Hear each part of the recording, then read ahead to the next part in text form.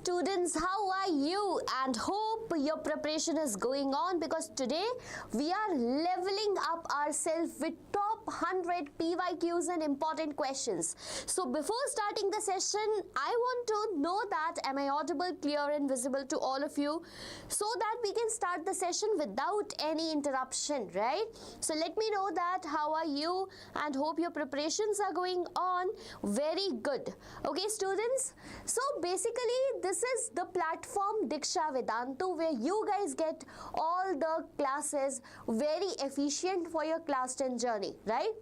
And today we are going to give you PYQs plus important question. And do you know the number? It's 100 questions, and in SST 100 question solution means a lot for our preparation. So hello to all of those who have joined this session. Welcome. Just let me know, am I audible, clear and everything is fine, so that we can proceed with the session. Okay, so students, I know that your journey, your preparation to class 10th exams are going on, and you might be so anxious, worried at the time. Some of you might be so confident in your preparation, but this is a high time, like we are in the month of December, we need to check ourselves. High time we need to see that is our preparation going on right track or not. To check that, this series is very important for all of you guys here. Okay, and I know that this is going to be so helpful for you. So before starting the session, just subscribe the YouTube channel right now, because you are not going to get 100 questions anywhere like this. Okay, starting with the first question of the day. The rule of my live sessions are always same. You need to score yourself. So today there is 50 questions. Once you solve the one question, right over there, 1/50 done, 2/50 done, so that at the last we can check that you are going good, you are doing good in your exams or not. So question number 1 in front of your screen is, what distinguish the Belgian model of power sharing from the Sri Lankan approach? The first question of the easiest chapter of SST. Okay, very good afternoon to all the bacha parties who have joined here. I know that this is in afternoon time, and you might be thinking that ma'am, after lunch we are going to have a nap. But students, the time to sleep, the time to take nap is now over. It's really over. Sleep in the afternoon once you complete your exam, right? Mast dil bhar ke so lena, but now the preparation is more important. Okay, so what distinguishes the Belgian model of power sharing than the Sri Lankan model? Students, see, when we studied the chapter power sharing, it was very clear to us that power sharing in democracy, power sharing holds a very essence. Okay, because if power sharing is not there, then a democratic country is not there. We learned this with story of two countries, and that two countries were Belgium, and the other was Sri Lankan, right? Do you guys know that? Yes, you might remember, because this is the first chapter, and if it is not, then there is a problem. So there was Belgium and Sri Lanka. One opted for power sharing, the other didn't opted for power sharing, and the result is disastrous. We know that Sri Lanka was having a civil war up till 2009. It's political, social, economic, everything, every condition is being hindered by this. So how Belgian model was like different from that? Let's see the options. So option number 1, that's emphasis on cultural assimilation. Option number 2, that's promotion of majoritarian dominance. C, recognition of linguistic and regional differences, or it is D, implementation of strict central control. So we know that, okay, if you remember, if we talk about Belgium model, they have opted a very good thing, that was accommodation. Accommodation means in a country there are certain people that belongs to different ethnic groups. Okay, either they are from different geographical region, or they have different regional culture traditions to be followed. Yes, there were people who speaks different language in Belgium, Dutch, France, etc. All this peace was possible only because of accommodation model, because they recognize the language and regional difference over there. Okay, to all those who have joined this session, welcome, a very warm welcome on the platform. Deeksha, Vedantu, just give me a thumbs up if I am audible to you, everything is clear to you. This was just the first warm-up question of the session where we talk about Belgian model as well as Sri Lankan model. And the correct answer to this number one question is C. Is it clear, guys? Let me know in the live chat option.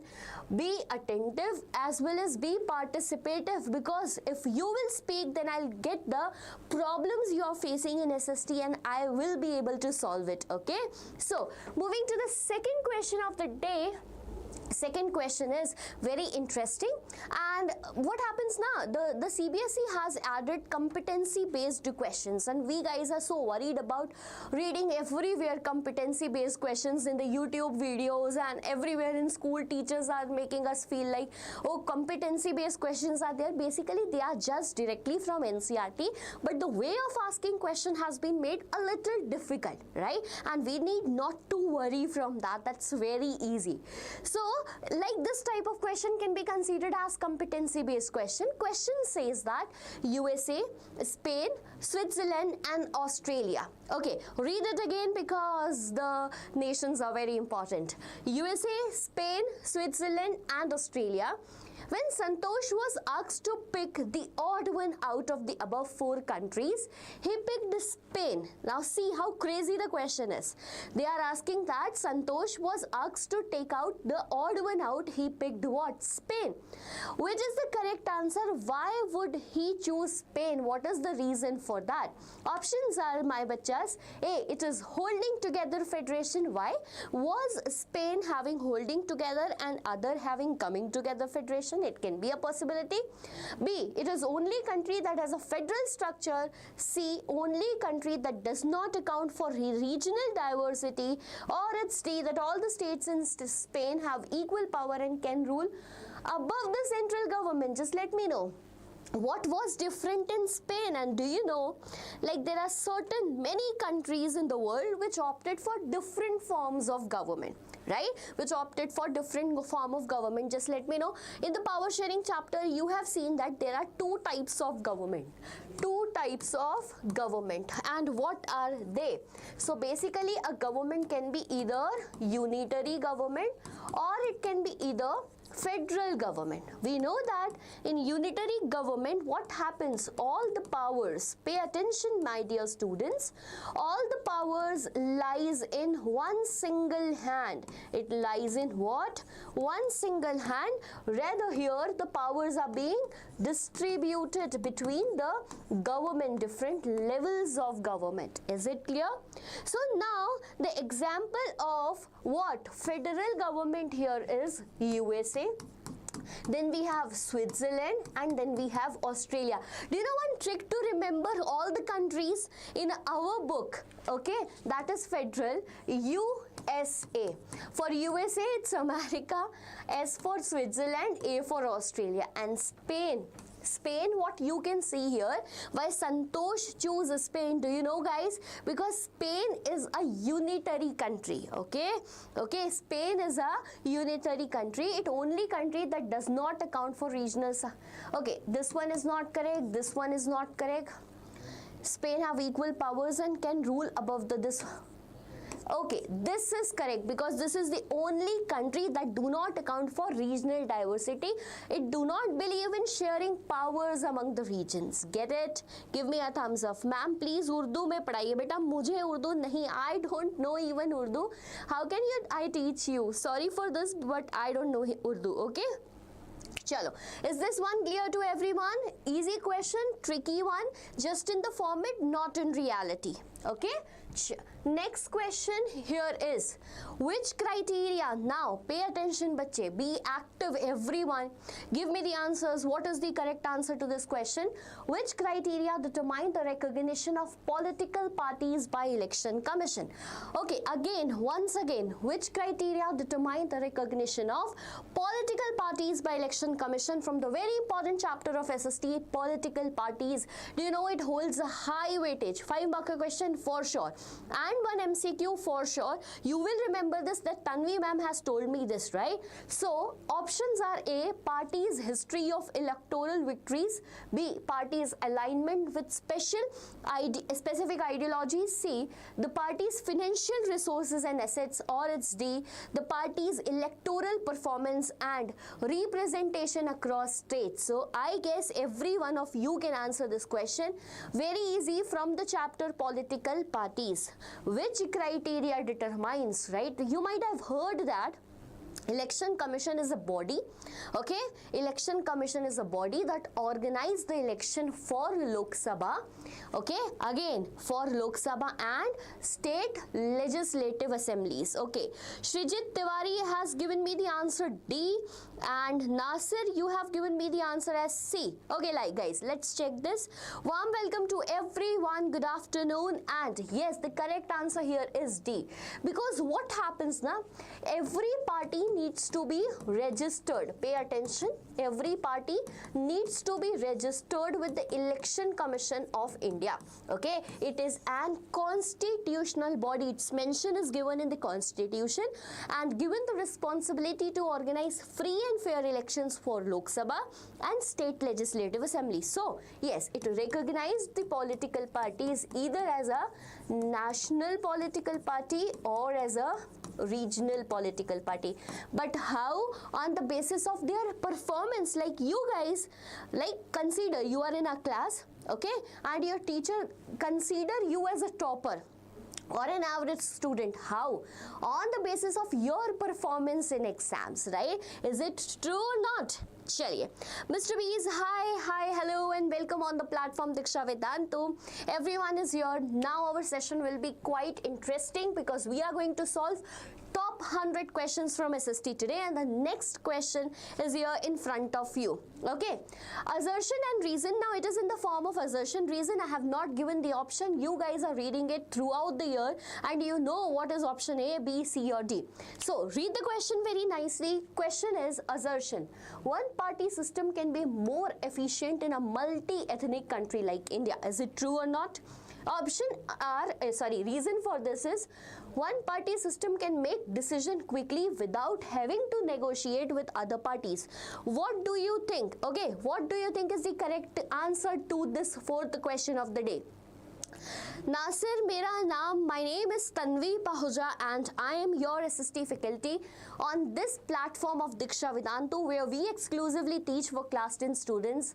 You can watch our videos, you can even subscribe to YouTube channel right now to get all the updates and notifications regarding our video.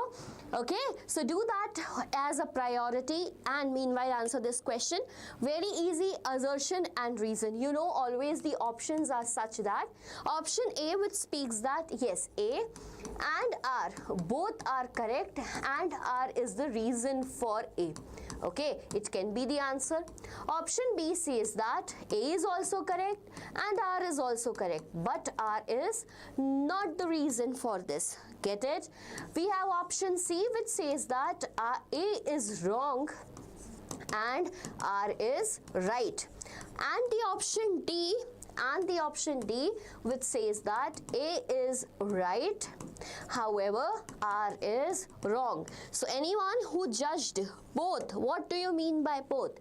Okay, so the answer to this question is yes, both A and R are correct, but R is not the reason of A. See, again, let us see this question.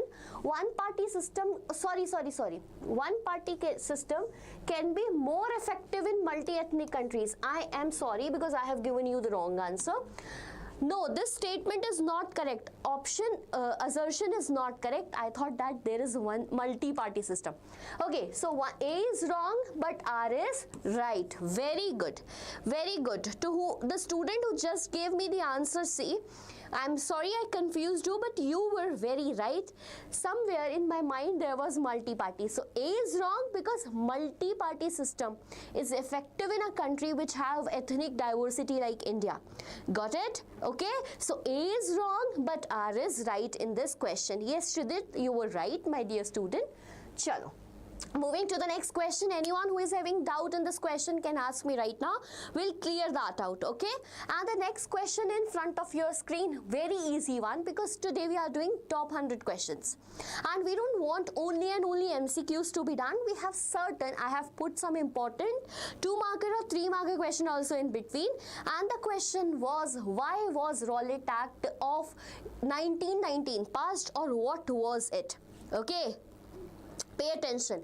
Now give me the answer to this question. We know that, okay, I'll tell you a framework. We know that Rowlatt Act was passed.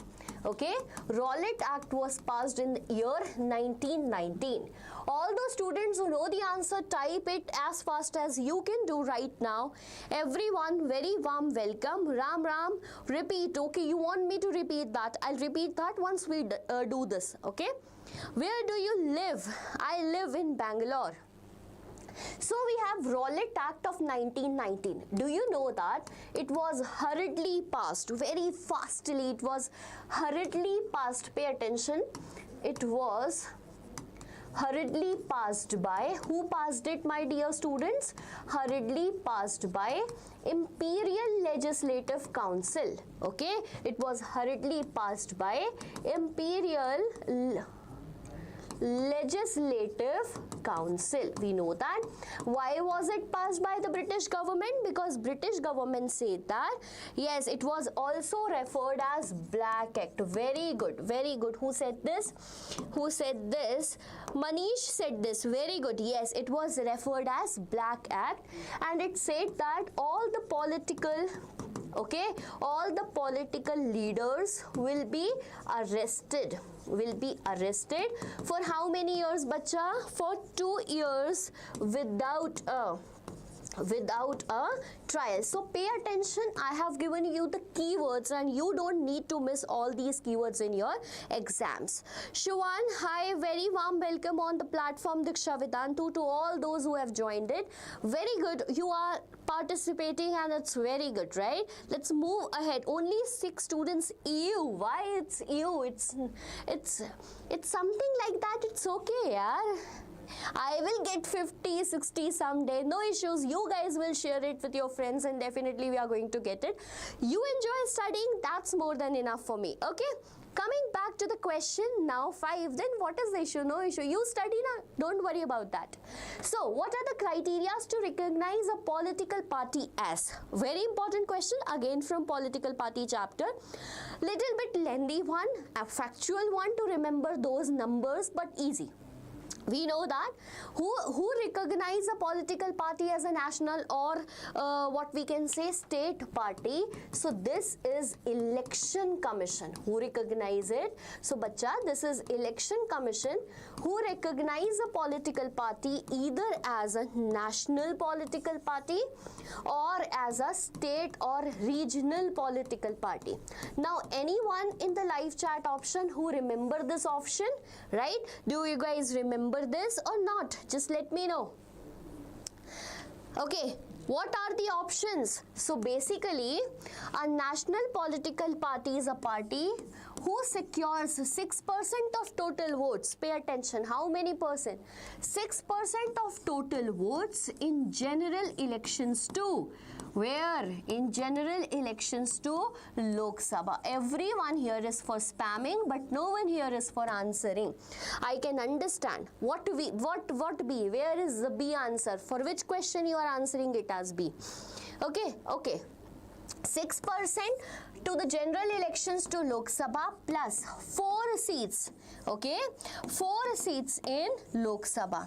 4 seats in Lok Sabha, and here it is and in between. Pay attention. However, 6% of votes in general elections to Lok Sabha or 6% of votes in the general elections to any 4 states. Pay attention. Any 4 states. Okay, in the legislative assemblies of any 4 states. Manish, Lok Sabha seats with at least 2%. No, beta, it is not 2%. It is 6%. With candidates coming from at least 3 different states. Get it. I read the half one. Your total is 6%, which makes a perfect answer. But pay attention. What is written is NCERT. You write that. Okay. Moving to the state political parties, again it is 6% in the legislative assembly of that state plus, okay, mention and any two seats in the state legislative assembly. Very good. Okay. Now Nasir, you are asking me to repeat the question once again, and you have done it so many times, it's my bad that I forget that. So you were asking for this question, right? Am I right? Okay. One party system can be more efficient in a multi-ethnic country like India. Pay attention. We have three party system. One party system, two party system, and the third one is multi-party system. What is multi-party system? When two or more than two political parties have a fair chance of winning the elections, or they can form coalition government, right?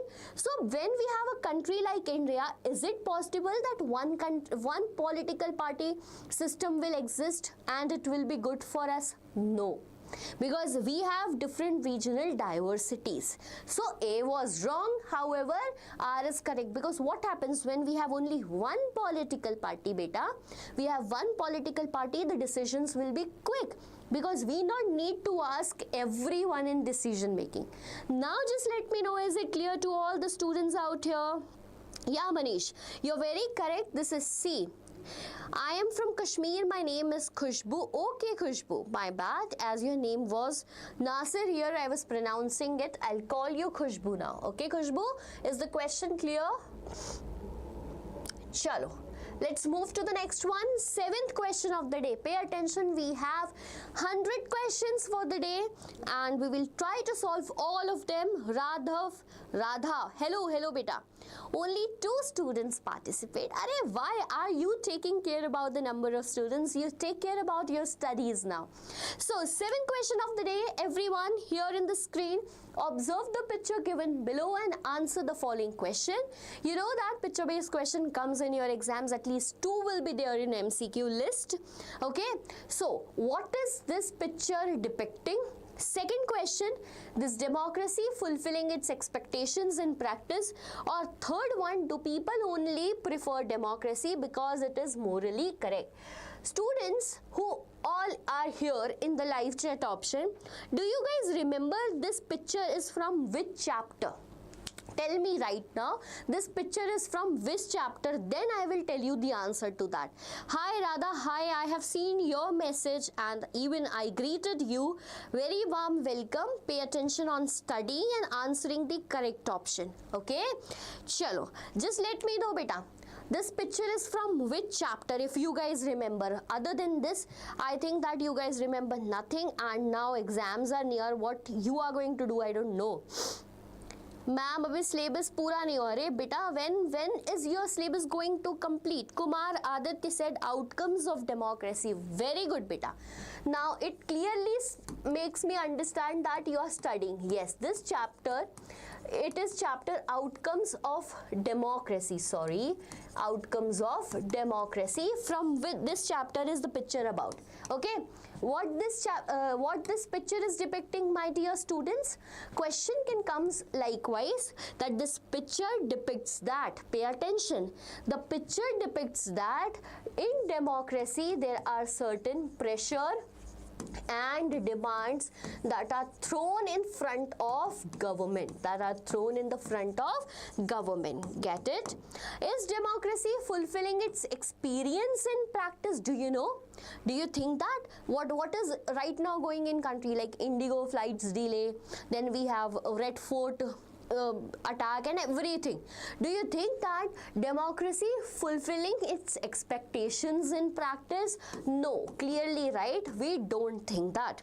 Okay, and the third, do you only prefer democracy because it's morally right? No, but we prefer democracy because it fulfills us what? Social as well as political equality. What does it fulfills, my dear students? Social as well as political equality. So hope if such type of question comes in your exam, you are going to answer it easily because you were present while Tanvi Ma'am was teaching this. Ma'am पैसे दे दो, copy लेनी है. वाह बेटा वाह, very good, very good. What are you guys doing? Do you study or just spam here? Okay, what suggestion do you need, Radha? I'll just give you whatever you require. Chalo, moving to the next question. We just saw one question from picture-based type, and now 8th question. What does the statement means? Democracies are still under examination. Suggest about the status of democracy. Okay, pay attention. What does the statement means? Democracies are still under the examination. Option A. Read the option carefully. Democracy is failed experiment that should be abandoned. Okay, dangerous option. B. Democracies have achieved their ultimate goal and require no future change. Is it? Option C. Democracies are dynamic systems constantly evolving to meet the new challenges. Or it is D. Democracies should prioritize uniformity and stability over change. So, pay attention. Yeah. Give me the answer to this question. 8th question in front of you. And this one is also from the chapter Outcomes of Democracy. I'll tell you, this is from the last paragraph of the chapter. And if you guys have read it seriously, you can answer this question seriously. Kumar Adit, yesterday was my SST pre-board. Okay, so how was your pre-board? Did you face any problem in your pre-board, or was it genuinely very good? Just let me know. If France had cold, it would spread through. Yeah, we have a question regarding the same today. How can I help you, Mr. Bees? What are you telling me here? Chalo. Anyone who can answer this? Nasir, answer me as A. You according to you, democracy is a failed experience. No, beta. Listen carefully. Democracy. We have basically different forms of government. We have what? Different forms of government. Either we can have democracy, in which government is chosen by the people, or you can have dictatorship, okay, in which the leader is not chosen by the people. And in the world right now, more than 190 countries are opting for democracy. There might be a reason for that, but every time democracies are under examination, we question democracy all the time. Why? Should we abandon that? Agar isko khatam kar denge, to do we have any other option? No, we don't have. Do you think that we can opt for dictatorship? Not at all, right? So this is wrong. Sorry, so this is wrong. Democracies has achieved their ultimate goal. Is it? No, it is not true. C is correct. Democracies are dynamic systems constantly evolving to meet the new challenge. All those who answered C, very good going students, and D is not correct because it does not prioritize uniformity or stability. We know that differences are there in Indian economy, Indian society also. Get it? Give me a thumbs up if this question, 8th question, is clear to all those students, and you guys are doing great because today we have solved at least 8 questions in our day up till now, just in half hour. Okay, next question in front of you, read it carefully. Okay, I want a free subscription, ma'am. Which subscription do you want? Like here all the classes are for free, right? We are providing all the classes for free. Free cash course is also going to be launched very soon. So which free subscription you are asking about? Question: Mahatma Gandhi in his book Hind Swaraj returned in the year 1909. Okay, Mahatma Gandhi in his book Hind Swaraj returned in the year 1909 declared that British rule was established in India with the cooperation of Indians. Okay, declared that British rule is established in India only because of Indians and have survived only because of their cooperation. If Indians refuse to cooperate, British rule in India would collapse. This idea was basis for which movement? Okay, 1909 is the year. Options are A, Satyagraha movement, option B, Quit India movement, C, Civil Disobedience movement, or D, it's non-cooperation movement. Pay attention, answer, give me the correct answer. Kumar Adit, I'll only read the live chats which have answers. I'm talking genuinely about exams and nothing else. Okay. So I can see Kumar Adit answered B, Manish D, Okay, let's check. So yes, Gandhiji's return, his basically it is a magazine type of book, Hind Swaraj, in the year beta 1909. And he said that why Indians are in the clutches of Britishers, because we cooperate with them. They start a law and we cooperate with them. They sell their goods, we buy them. Getting my point? So we need to do what? We need to boycott them. We need no cooperation, and hence the correct answer to this question is D. That's non-cooperation movement. Yes, all those who have given me the answer D, very good, going good. Okay, so D is the correct option. So students, as I can see now, participants are more. Just let me know, are your pre-boards going on, or your pre-boards are ended?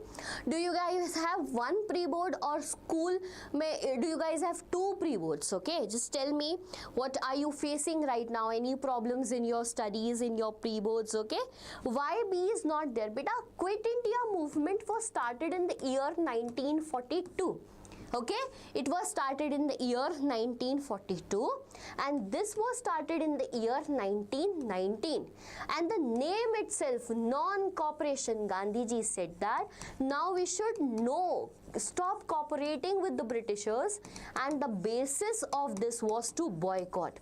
So basically, what we can say, the essence and the basically what essence was taken from this book in this act. However, in Quit India movement, what was the essence? That do or die, Bharat Chodo Andolan. Now you need to leave India. Get it beta?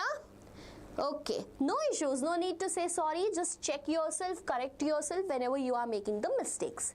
Okay, chalo, write one word for the following. Question number 10. Okay, we reached to question number 10th for the day, and the question is write one word for the following. We will give it one by one. Give the answers one by one. First question, a shift in party. Pay attention, we are right now doing this question. A shift in party allegiance by an elected representative, often for personal gain. What it is known as? There is a term. There is a very important term that is given in your civics book. Whenever the elected representatives change their party, shift their party just for their personal gain, what is that word known as? Anyone? Motivational line. By you can never get motivated by anyone else. The motivation lies in you, right? If you want to study, you will study. No one is going to make you. Your parents are saying and giving motivation you since childhood. You are not getting it right now. Chalo, give me the word for this. A shift in particle allegiance by an elected representative, often for their personal gain. What do you think is the point? Because this even comes in MCQ. This can even come as a long answer. What it is known as? Anyone here? Oh, are you guys searching on Google what I think?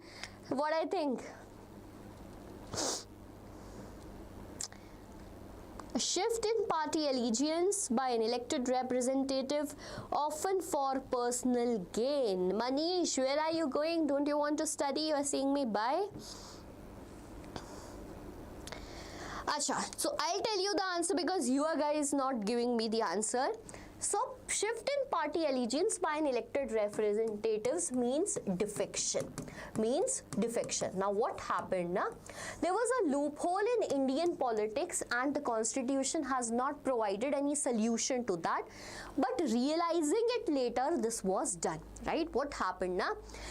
We choose a leader. Like there is an election going on in this region. Any region, right? In your region. Now you elected someone you know, and you elected the same person from a political party, for example, Indian National Congress. After winning the election, the person changes its party to BJP. Right? Now, do you believed the person because of that party, not because of that person. Now, that has been a betrayal for you. So that word is referred as defection. Yes, Nasir. The word is referred as what, beta? Defection. And to solve this problem, even an act was passed that is known as anti-defection law. Law is passed, anti-defection law. And this is from your chapter, political parties. Which chapter beta? Political parties. We are moving to the second word, right? Whenever I start teaching, whenever we are just not talking and we are teaching, student goes automatically, right? You guys don't need to study, I guess. You guys need chit chat, and that too in this month of December, I guess. So moving to the second question, answer it. Okay, a legal requirement for the candidates to disclose the personal information such as assets and criminal cases, charges, or what we say, right? So this is also a reform done by the government of India, forceful reform, that if you are going, if you are going to fight for election, you need to give that legal declaration by itni property hai mere paas, I have this much of paisa, assets, and I don't have any criminal record, etc., etc. So what is that word known as? Just let me know. Yeah, Khushbu, sorry, my bad, I forget again and again. Okay, Khushbu. So do you guys know the word for that, right? What it is known as? A legal declaration of anything. It can be like whenever we buy the property also, na, we put that legal declaration that I am this person, my name is this, I belong to this area, and that is known as affidavit. Okay, what it is known as beta? It is known as affidavit. Do remember this, very, very important for your exam preparation, for your strategy. Okay, chalo, moving to the third one. A party that is officially recognized by Election Commission based on certain specific criteria. What do we call that party, right? Yeah, I can understand. बहुत ठंड होगी ना अभी कश्मीर में. Where you people might not be in a mood to study, rather you might be in a mood just to sit in your blankets. I can understand that, but you need to face that, no worries. So third question, anyone who can answer it? A party that is officially recognized by Election Commission based on specific criteria. So we know Election Commission is a body. We talk about Election Commission so many times in today's life, and they are recognized a party as national or regional party. National or what? Regional party. So here they are asking what you will call these types of party. You will call them recognized political party, beta. What you will call? Recognized political party, which are recognized by the Election Commission of India. Get it? So the answer to the third one is recognized political party. Moving to the fourth one and the last one from this 10th question. Tell me what is a document outlining a political party's plan and promises for the future. Achha, whenever a person stands for election, you go and ask them, what is your plan after elections, what you will do for the country? Like you might have seen a clip that was going viral of Maithili Thakur recently. Have you seen that? It was going so viral, everyone was asking what is your dash. Why I'm using that dash? Because the answer is here. Okay, dash after election. So what is the plan? What is that word known as? Anyone here? Okay, anyone who can tell me the answer? I can see you guys are not studying. You guys are not studying, beta. Be active. We are going live daily. We have multiple classes on our YouTube channel. By what do you want? No one is providing such thing to you right now. So what are you waiting for, yaar? Join the WhatsApp channel, just join, subscribe the channel, you will get the best thing possible. Okay, chalo. So what it is known as? It is known as manifesto. What it is known as, beta? Manifesto. So whenever you stand for an elections, you want to participate in elections, you outline a plan that after elections we are going to do this. Your promises, like हाथ जोड़ के promise करने आते हैं ना, you vote दे दो, we will fulfill that thing. So it comes from here. Okay, the word it is known as manifesto. To answer to the first one is defection, second one is affidavit, third one is recognized political party, and the last one is manifesto. Will you forget this ever now? Just say no.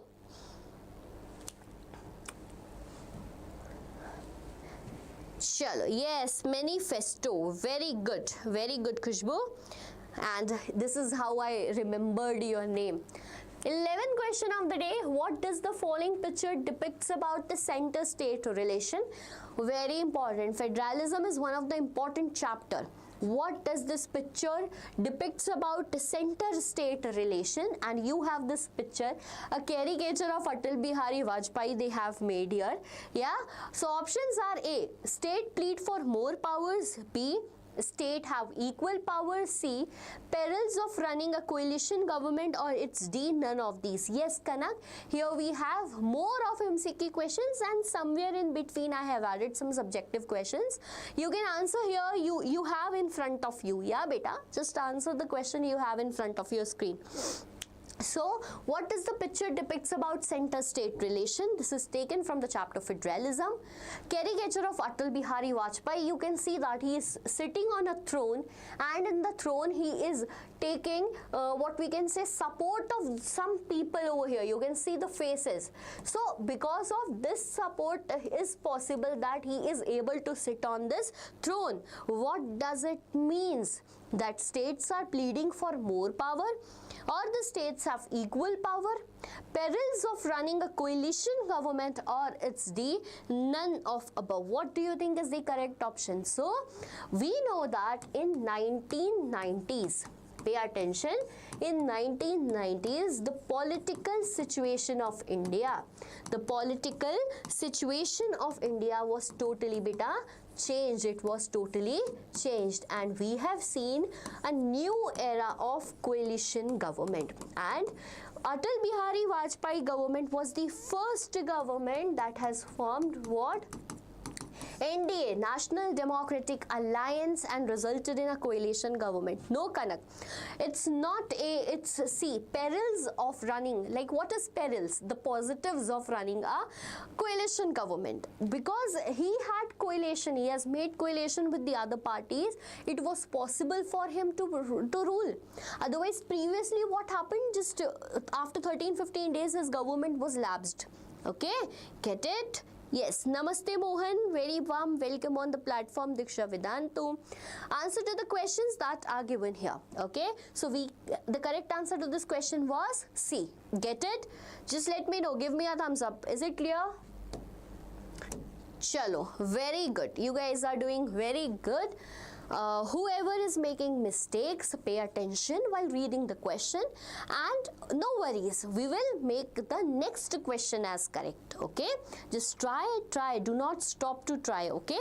Next question is very easy. Why was the Khilafat Committee formed in Bombay in March 1919? Okay, again, read the question carefully. Why was Khilafat Committee formed in Bombay in March 1919? Options are in front of you. A, to protest against Jallianwala Bagh massacre. Was it? Option B, to defend the temporal powers of Ottoman Emperor, that's Khalifa. Or it's C, to demand for separate electorate for Muslims. Or D, to launch a peasant movement in Awadh. What do you think is the correct answer? Okay, I just got one answer. Mohan ne bataya hai A. Others, what are you doing? Just let me know. What do you think is the correct answer? Kanak, what is the correct answer according to you?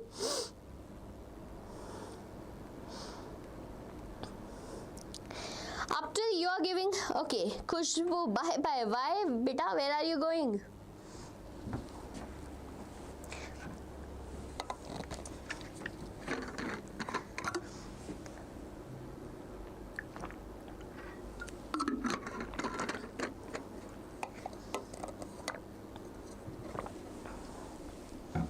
सर्दी है इसलिए I am sorry. Okay, चलो, I got one more answer. A, fine. Is A correct or not? No, beta, A is not correct. Why? I'll tell you. You might be wondering why, but I'll tell you. Now, the question is talking about Khilafat Committee. Arey, what is happening? So, the question is talking about Khilafat Committee, and this Khilafat Committee was made in the year, right, month of March, and in the year 1919 by two leaders. I want the name of that two leaders from you, then I'll answer you in the last. So it is formed by two leaders, two Muslim leaders of that time, but this demand was because Beta, First World War was going on. Do you remember? First World War was going on from 1914 to 1919.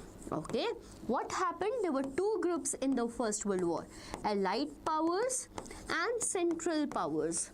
In this Allied powers was Britain, right? And this Allied power won the First World War. Because of this, in the Central power there was a country, Turkey, and in this Turkey, who was ruling? Pay attention, who was ruling? Okay, Khalifa was ruling. Who was ruling, beta? Khalifa was ruling. Now who is Khalifa? So basically Khalifa was religious head of Muslims. Okay, he was religious head of Muslims. Now what happened?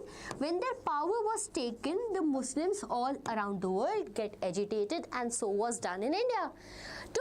To get that temporal powers of the Ottoman Emperor back, okay, to get that temporal powers of the Ottoman emperor back, they formed a committee known as Khilafat Committee in the year 1919, and even Gandhiji supported them, right, and wanted to start what? Non-cooperation movement in that response.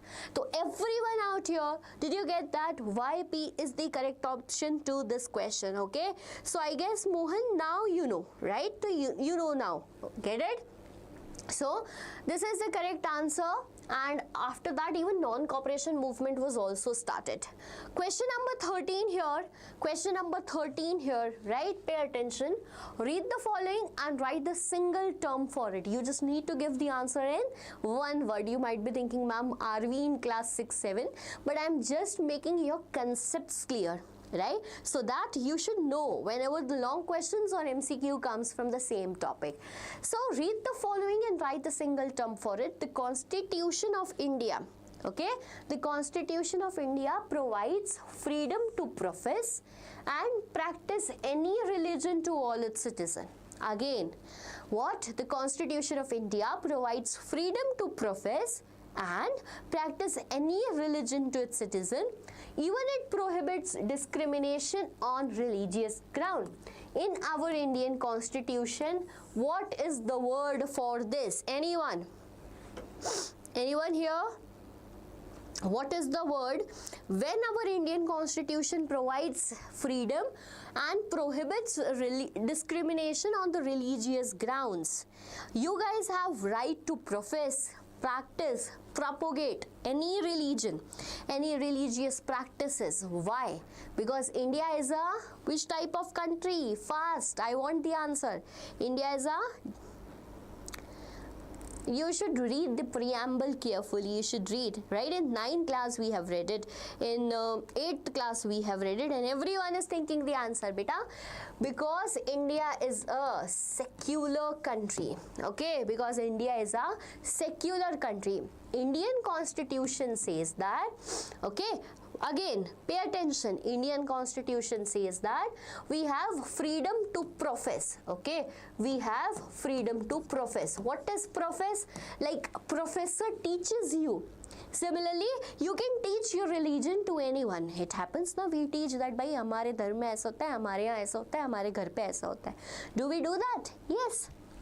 Okay, then we practice our culture, we follow our festivals and traditions, etc. And then we profess, practice and propagate. That means we spread our religion also. And this is what it makes India a secular country. Clearly written in our Indian preamble, everything you have got out of your mind. I don't know how you guys are going to write your class 10th exams. That's like little scary for me. How guys you will write your exam? Be prepared, beta. Chalo. Next question, 14th question in front of your screen based on your understanding, and I don't know where your understanding is. So, based on your understanding of conservation efforts, which of the following community-led movement is known for showing that adequate levels of diversified crops? The answer is somewhere here.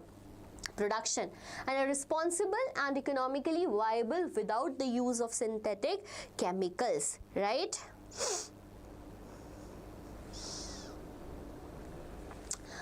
Okay, so based on your understanding, answer the question in front of you. Options are A, Chipko movement, B, joint forest management, C, Beach Bachao Andolan in theory, or it's D, that's demarcation of Bhairav Dev Duck of Century. Beta, English ऐसे सीखी कि I was reading a lot. Right, I studied in an English medium school and my teachers were very great. I followed what my teachers said, like you guys are not doing right now. I can see the performance of yours here. So I read a lot. I read newspapers, magazines, books, and this is what you can this can help you in making your English strong. Okay, chalo, give me the answer to the 14th question in front of you.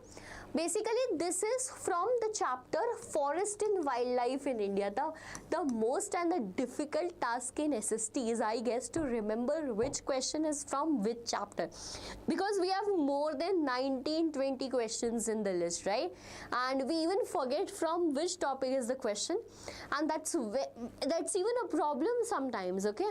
So, it's Forest and Wildlife from the chapter, and we have one important topic, that how community plays a major role, okay, how community plays a major role in the conservation of forest and wildlife. So there were certain lists given, like Chipko movement, joint forest management, Beach Bachao Andolan, Tehri in Tehri, okay, demarcation of Bhairav Dev Duck of Century in Rajasthan. They have done a great work. Like they have declared a 1200 hectare of land and said that we will decide our rules and regulations. Government will not interfere here, because what government is doing, they are taking our land for what, mineral based work, etc. So, okay, get it? Chalo. So, answer to this question, because here talking about diversified crop. Are bhai, what is crop? Crop matlab beach, because crop comes out of beach. Diversified crops can only be possible with the diversified seeds. Just use your sense. Okay, so what is the correct answer, beta? It is Beach Bachao Andolan in Tehri, because you know what was Chipko movement? All the community members just went and hugged the tree so that government officials should not cut it. Get it? And what is joint forest management? When government and the forest dwellers come together for the conservation of forest. What is Bhairav Dev Duck of Century? I just told you in the starting. So which one is the correct one? Option C, that's Beach Bachao Andolan in Tehri. Is it clear? Give me a thumbs up. English nahi aati hai kya bhai? Kanak. Chalo. Let us move to the next one. 15th question of the day. I need everyone's answer. Everyone should answer this. Okay. What is the primary reason that the value of intermediate goods is not calculated in GDP? So, it is from economics, that's very obvious. And the question says, why don't we include intermediate goods when we calculate GDP? Options are, because intermediate goods are of poor quality. Okay, damn. B, because the value of intermediate good is already included in the value of final goods. C, because it is too difficult to calculate the value of intermediate goods. So sometimes what happens, whenever the difficulty level of question comes, we skip. So intermediate goods become difficult, they also skip. It cannot be possible, beta. It is economy, not a joke. Or option D, because intermediate goods are important for the economy. So think about it, give me the correct answer before I explain you the correct one. Because what you guys are doing, you're waiting that I'll answer the correct one and then you will give me a thumbs up just. So what is the primary reason that the value of intermediate goods is not included in the calculation of GDP? Success king is here. So you became the king of your success or what? Hello beta, hello, welcome to Deeksha Vedantu. Chal, what is the answer to this question? Hello, hi, baad mein karna sab log. Give me the answer. B, according to him, is the correct option, that because the value of intermediate good is already included in the value of final goods. Very good beta.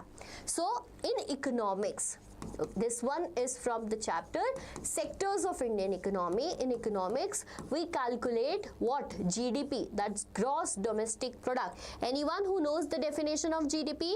The correct definition of GDP with the correct keywords that's given in NCERT.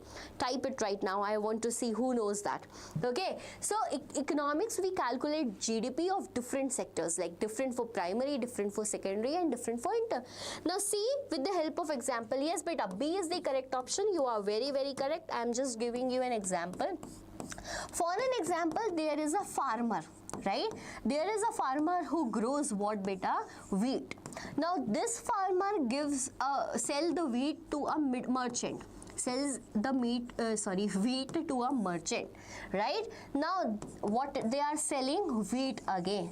Now the person makes a wheat flour and send it to a bakery shop, to a bakery owner. Okay, and when we went for calculating their price, we calculated here also, because bakery owner is selling it in the form of biscuit, mixing it with sugar and more such things. So don't you think that this wheat is being calculated again and again? When farmer sold the wheat, it was for 11 rupees per kg. Right, we calculated it here also. When merchant converted it into flour and he sold it in 18 rupees per kg. But when this person sold it, it was in the form of biscuit packets, 20 rupees each packet, right? Don't you think that the wheat is calculated again and again? So, because the value of intermediary goods is in final goods also, and to stop that, we do this. Get it? Give me a thumbs up if this question is clear to you. Very, very important one.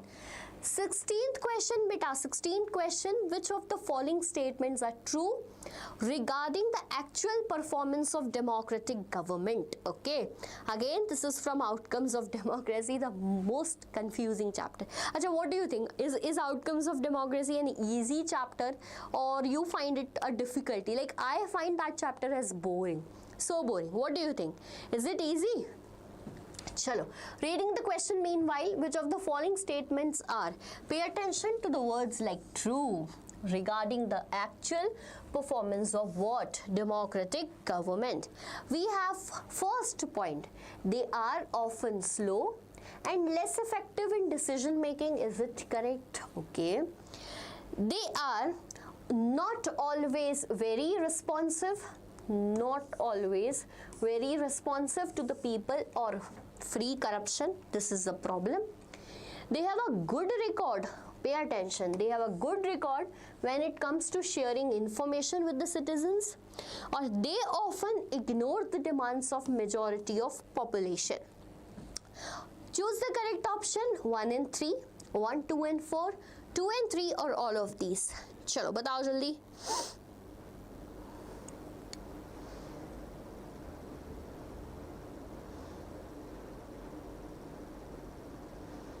Chalo, tell me which one is the correct option? A and 3, A 2 and 4, 2 and 3, or all of these. So I got 2 answers up till now from Prashant and Success King as B. You guys tell me that it's 1, 2 and 4, and what do you think? Is it the correct answer? Yes, this one is the correct answer, because yes, beta, it is like slow and less effective. We know that. Because why it is slow and less effective? Because it is based upon negotiations while decision making, consultations while decision making, correct? They are not always responsive to the people. We know what situation right now is about Indigo is going on. They are not responsive, not at all free of corruption, correct? They have good record in sharing information. No. Though Right to Information Act is passed, but we don't have any information. Secrecy is being kept just to save themselves. However, this one is correct. So yes, 1 was correct, 2 was correct, 4 was correct. All those who have given B answer, very good. Yes, Success King, you were 100% sure, and the correct answer is B. Get it? Chalo, थोड़ी map practice के लिए, like I think that you guys forget the the locations. Now here we are not going to mark the locations, but at least we can name them. Let's practice this. Now first one, tell me the name of a dam on the river Mahanadi. Let us see that who is the fastest one in giving the answer. Let's check it. Fastest finger first. Okay, so what is a dam on the river Mahanadi known as? We will mark it later, but just let me know the name for it. What is the name of the dam on the river Mahanadi? Anyone?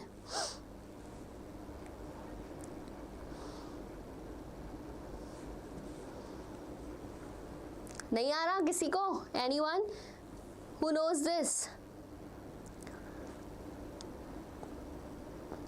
First one, only the answer to the first one, not all of them all together. We'll answer them one by one, not all of them together, okay? All of them not needed to be just. A dam on the river Mahanadi is known as what? किसी को भी नहीं आता. Hirakund Dam, beta. It is known as Hirakund Dam. Where you are going to mark it? So you guys have not prepared for your map work yet. What are you guys doing? Right? It's C or B. Are bhai Kanak, I am not asking it as a MCQ. Pay attention, it is not MCQ. Dam on the river Mahanadi is Hirakund Dam in the state of Odisha. By if you guys have not prepared for map work up till now, you are losing your 5 marks, because don't think that, yes, Success King, very good, because don't think that you will remember everything. Okay, it is Hirakund Dam in Odisha and it is very difficult to remember the map work. I have created a long video, you can watch it, right? Everything, whole map work is in one video, so prepare it. Next one, a dam in the state of Uttarakhand on the river Bhagirathi. Second one, I want the answer to the second one now. A dam in the state of Uttarakhand on the bank of river Bhagirathi. Do you guys know? And first and major problem is here, I'm pretty sure that most of the students might not know which river is also referred as Bhagirathi river.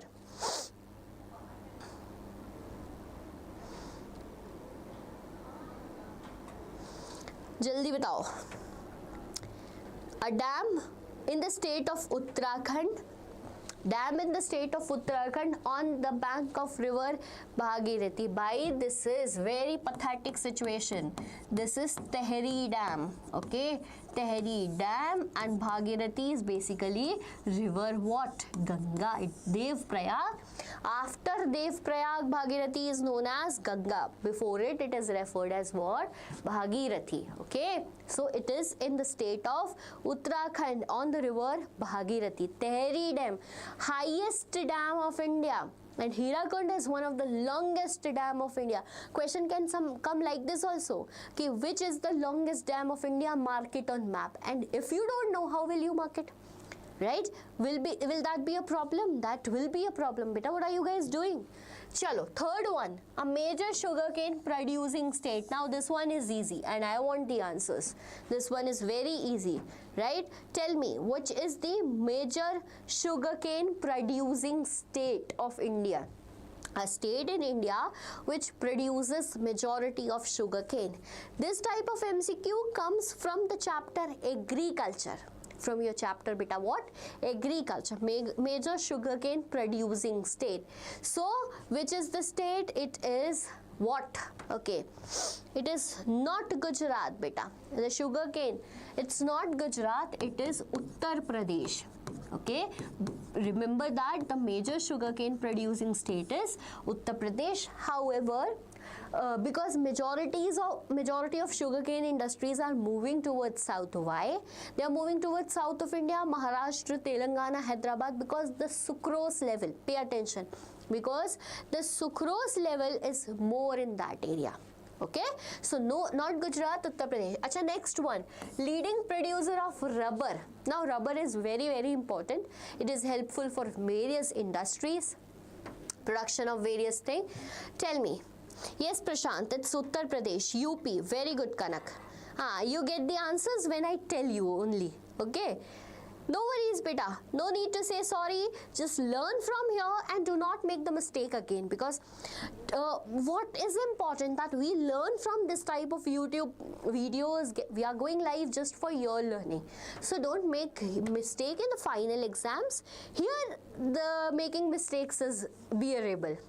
Chalo, who gave the answer? Kerala. Very good, beta. Yes, the major rubber producing state is Kerala. Very good. Next one, leading producing state of cotton. By this is very easy. This is very easy. You should be correct. You should be correct. You cannot be wrong. Okay, so which is the leading producer state of cotton in India? By cotton matlab black soil, और black soil matlab which state? बताओ, जल्दी बताओ. Cotton matlab, cotton means black soil, and black soil is majorly found in which state? Anyone? Madhya Pradesh. You're close enough, but it is not Madhya Pradesh, beta. You are little close, but it is not Madhya Pradesh. What do you think?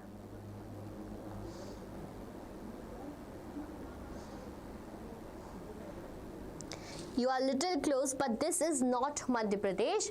Rather, it is Maharashtra. Okay. Whenever the question comes regarding cotton or black soil, do remember it's not Madhya Pradesh, because in Madhya Pradesh only one region is associated with black soil. That's Malwa region, not the whole Madhya Pradesh. However, the whole Maharashtra consists of what? The whole Maharashtra consists of black soil. Indo-Asian and India, Vietnam. Chalo. Okay, get this? Fine. 17th question of the day is done. Moving to the next one.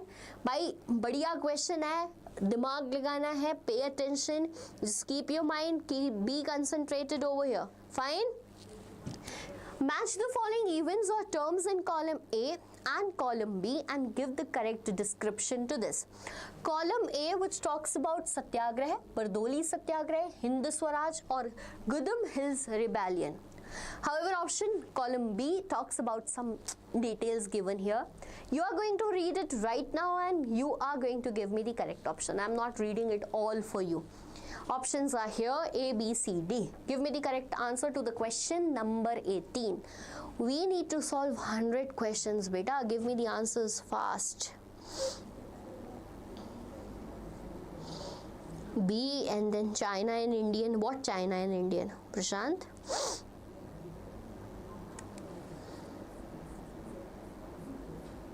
Chalo, read the question carefully. The question is very important, and whenever you will sit in your exam na, you will see this as your first question. This type of question, column A, column B, the first question in your paper, and for sure you will remember me that day that Tanvi Ma'am has told me. Okay. The questions are prepared making sure that you guys are benefited here, not losing your marks, not passing time over here, which student does on certain other platforms, and I'm getting your answers. Let's check. So talking about Satyagraha, bhai, what is Satyagraha? So is it a military guerrilla movement in the hills of Andhra Pradesh? No. In the hills of Andhra Pradesh, it is Gudum Hill Rebellion. Okay, done by the tribal people over there. What is Bardoli Satyagraha, bhai? Whenever Bardoli Satyagraha comes, pay attention. It was started by Sardar Vallabhbhai Patel. It was started by Sardar Vallabhbhai Patel. Okay. And what is Hind Swaraj? We studied today, bhai, a book written in 1909 by Gandhi ji. So what remained will be the answer for it. So first का हो जाता है B. Check where it is B. So B is only in the option what? A. And A here becomes the correct option to this question. Who is 100% sure about A? Very good. All those who have given me the answer, all of you have given me the answer A. Very good, beta. Very good. You guys are doing great. You're going correct now. Next question. Anyone clear with this question or any doubt do you have in your mind? Just let me know. Clear to everyone? Very good, beta. Chalo. Agla question, next question. But before moving to the next question, my dear students, all of you guys are here. I just want to tell you that we are providing the bestest way possible to you. And if you are yet not subscribing the YouTube channel, then this will be a loss for you. And to get all the DPPs, PDFs, lecture PDFs, notes and the details that when we are going to come live and what are our plans, because we are going to launch a crash course super soon and all that will be free for you. So what you need to do? First, you need to subscribe the YouTube channel right now. That is for your benefit. The second thing is you need to join this WhatsApp channel. The link is given in the description. The link is given in description. Okay? No need to Zoom. Just link is given in description. Join it. Get everything that we can easily provide you, that is for your benefit. Get it, beta? Chalo. Next question. Okay. Do you want me to zoom the question? Isn't the question visible to all my students, beta? Okay, ask me whenever you find that difficulty in reading the question. Chalo. Question number 19. The image shows a women's procession in Bombay. This image is here. Okay, and it is showing a women's procession. Procession samajhte, right? Julus basically. This mass movement, which saw the active participation of thousands of ordinary people, including women, were launched in the year, and this is the code to crack the correct answer. In the year 1942. Which movement is it? Options are A, non-cooperation, B, civil disobedience, C, khilafat, or it is D, quit India movement. The picture is not the code. The point given above is the code, because there are so many pictures in the book and you will definitely forget that. Okay, read it aloud, give me the correct answer. So I'm getting your answers as D. Very good. D. Anyone else who can challenge the answer of reality of F8X? B, success king, you are telling me as B. Beta, how can it be B? Chalo, let's see. I'll give you the list of Gandhian Satyagrah. List of Gandhian Satyagrah by the name itself. So first Satyagrah was Kheda Satyagrah in the year 1917. Okay. Second was Kheda. Sorry, first was, arey bhai, what happened to me? Again, just a mistake. So first Satyagrah was Champaran Satyagrah. Okay, first was Champaran Satyagrah in 1917. Then we had Ahmedabad Satyagrah. Ahmedabad Satyagrah in 1918. Pay attention. Then we have which one? Champaran, Ahmedabad and Kheda again in the year 1919. Then we have, 1918. Then we had Rowlatt Satyagrah. Rowlatt Satyagrah. What is the year? 1919. Then we have non-cooperation movement, 1920. Then we have civil disobedience movement. Why pressure, blood pressure to nahi bada kisi ka, seeing all these numbers. So civil disobedience movement 1929. And quit India movement, might was in 1942, and the question is asking for 1942. By very good, who has given the correct option as D. Very good, beta. 100% D. Yes, your 100% is correct. Get it? Will you remember all these years and name of the Satyagraha launched by Gandhiji, or this will just go out of your mind? For that also I have one solution to you, and the solution is I have made a video in which all the dates are given in one PDF. If you want to watch the video, well and good, and if you want to download that PDF, it is for free in the video itself. Okay, chalo, next question. 20 question. Why was Audh Kisan Sabha set up in October 1920? So this is from history, nationalism in India. Why was Audh? Audh is basically for Awadh. We call Awadh as Audh.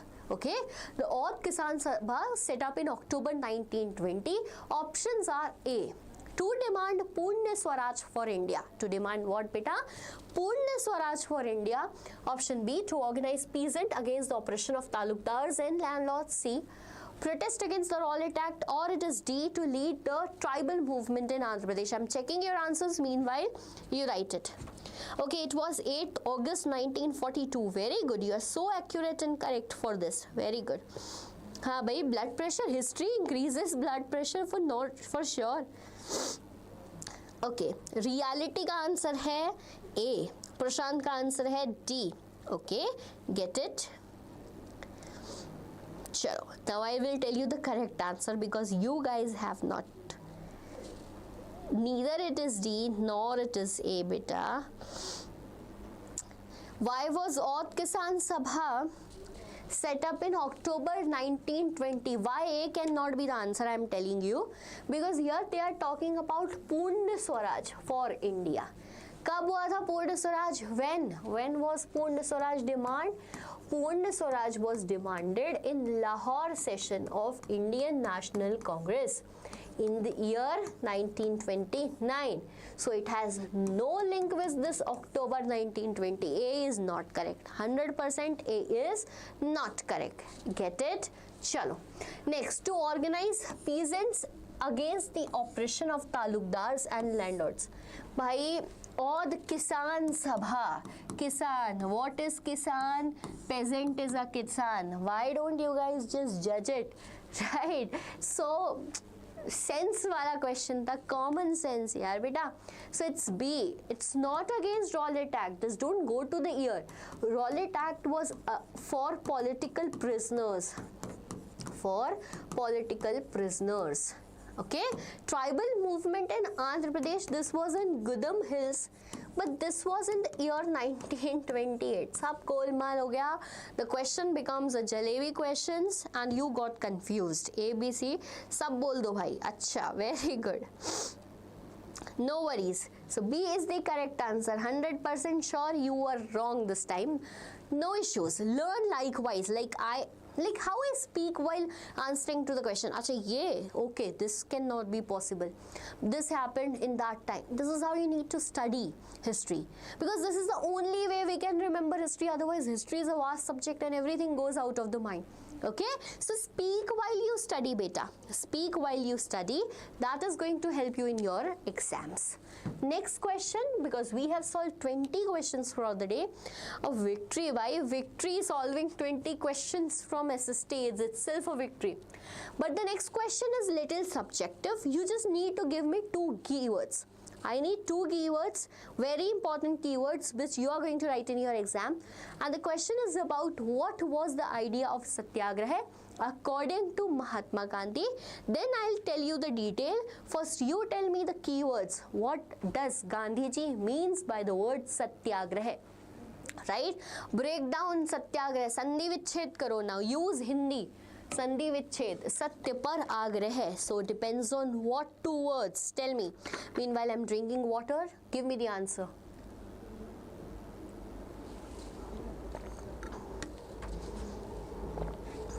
(1918) mein Champaran. Champaran is okay, but what does the word signifies? This can come as a 2-marker question to you.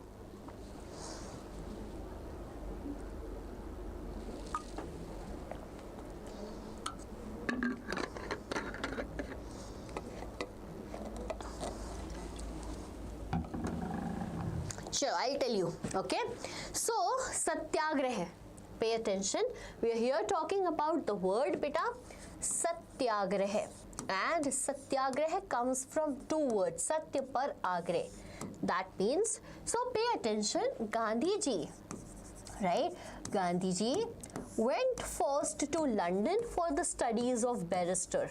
However, then in some case, for some case, he then reached to South Africa. From there, he came in 1915. He reached back to India in January. In the month of January in 1915, he reached India. But when he was in South Africa, you have read this in class 8 that in South Africa there was a system persisting, and that system is known as apartheid system. that is known as beta what? Apartheid system, matlab the system of racial discrimination. The racial discrimination means discrimination on the basis of color. Whoever is black or medium color or white color, British government used to consider the blacks as inferior and themselves as superiors. Get this point?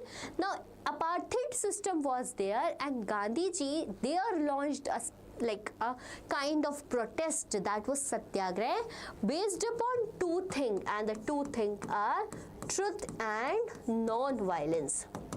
Truth and non-violence, that we will fight against the Britishers but keeping in mind the truth and non-violence. When he came in India in 1915 beta, he came in India 1915 according to what books I have read. There was a political leader of Gandhiji to whom Gandhiji adored, and he was Gopal Krishna Gokhale. Do you know when Gandhiji came India, Gopal Krishna Gokhale advised him that you just reached India, right? Before entering into any satyagrah or entering into any movement, first do one thing, have a tour of India. Go tour India, see what citizens are facing, and then enter into a satyagrah. So 1915 to 1917, it was the time when he was just seeing the situation of Indians and all that. Get it? Aage samajh? Chalo. Will you forget it now? Tell me. Satyagrah, truth, non-violence. Just two keywords in your mind, and you will get 2 marks if the question is coming as a 2-marker question. Get it? Chalo. Next one. Next is here, 22 question. Which of the following statements are true regarding the expected positive outcomes of democracy? Regarding the what beta? Positive outcomes of democracy. So first point, it promotes equality among citizens. Is it correct? It promotes equality among citizens. Second, it enhances the dignity of individual. Third, it is a guarantee of rapid economic development. Fourth, it provides a method to resolve conflict peacefully. Do you think this is correct? Choose the correct option. A, 1 and 2. B, 1, 2 and 4. C, that's 2 and 3. Or it's D, that all of the above. What do you think is correct?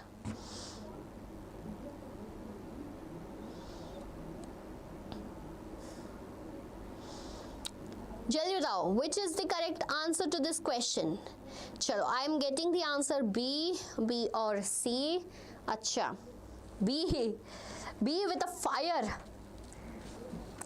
D. Acha, chalo. Let's see. Which of the following statements are true regarding the expected by 5-marker question? This is a 5-marker question. That right, why, what is a outcome of democracy? That we choose democracy. Bhaiya, this provides because equality among citizens. You have right to equality in your constitution under Article 15 if you remember. You might have not read the constitution, but I did. So yes, it promotes equality among citizens. Well and good. It enhances the dignity of individual. Yes. See how Indian government has worked to emancipate the position of women, the lower caste people, scheduled caste, scheduled tribe. Why? To bring them equal in the society. To give them dignity in the society. Okay. It is a guarantee of rapid economic development. But it is not the guarantee of rapid economic development, because we know what are the 3 parameters a government can provide. So government can give you social equality by democracy is giving you. Government can give you political equality. You guys have equal right for the vote. Yes. But what government cannot give you is the economic equality, and this is the very essence of the chapter outcomes of democracy. So beta, this is not correct, but this is correct. So 1, 2 and 4. Which is the correct option? B is the correct option to this question. Got it? 100% B. Very good beta. 100% B. Hello to everyone here. Yes, B is the correct option. 22. Following statements are true regarding the expected positive outcomes of democracy. Bhulna nahi, never forget this one. Okay? Next question. Next question.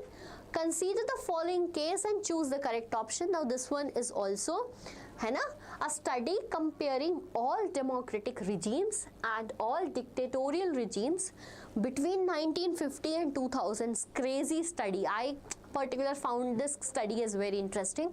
So there was a study done between the year 1950 to 2000 comparing all the democratic regimes. Find out that the rate of economic growth is slightly higher in dictatorial. Bhai, it is higher in what? Dictatorial one. Based on this evidence, what is the most reasonable conclusion? Read the options carefully. Option A. Dictatorship should be preferred for a country's development. Do you think dictatorship should be preferred? Think according to this. B. Democracy is a guarantee of economic development. We discussed it right now. C. Democracy cannot be rejected on the ground alone that it has several others positive outcomes. D. Democracies are incapable of achieving economic growth. What do you think? What do you think is the correct one?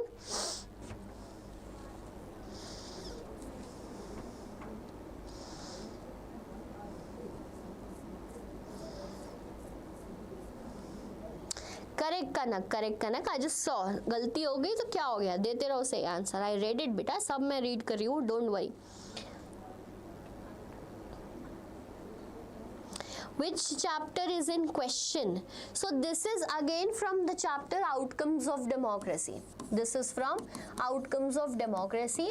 One box is given there in NCERT. One box is there in which a flow chart is given comparing that. If we see at the development made by democratic government and dictatorial government, we will see that in terms of economy. So see, comparison is little strange in terms of what economy. Dictatorship government is like creating more development. So what do you think can be the correct answer, beta? So if dictatorship is doing good, shall we prefer it? Arey bhai, no, we will not. You will be allowed to take a सांस लेने की permission नहीं देंगे dictatorship हो गई तो. Okay, democracy is a guarantee of economic development. भाई no, it can not gives you guarantee for economic development. Democracy cannot be rejected. Yes, this is the correct option. C is the correct option. Democracy cannot be rejected. Like we know there are certain loopholes in a democratic form of government, but we want democracy because the government is chosen by the people. Okay, चलो. Burhanpur, that means Madhya Pradesh. You are from Madhya Pradesh, Burhanpur से हो बेटा. तुम लोग पढ़ लो, बातें बाद में करना. Yes, C is the correct answer. To all those who have given the C as correct answer, very good. चलो next question करते हैं. Moving to the next question. Question number 24th, again MCQ based question. Answer, give me the correct answer. What can be inferred about using average income or per capita income as the sole indicator of development? Chapter Development Economics, first chapter, easy chapter, and we have seen that using average income or per capita income as the sole indicator. Why? It is more comprehensive measure of development. It perfectly reflects the quality of life and equality in the country. It is useful measure for comparing but hides disparity in the distribution of income. Or it's D, it's no longer used by any international organization. What do you think? What do you think, मेरे प्यारे 10th class के बच्चों? What do you think?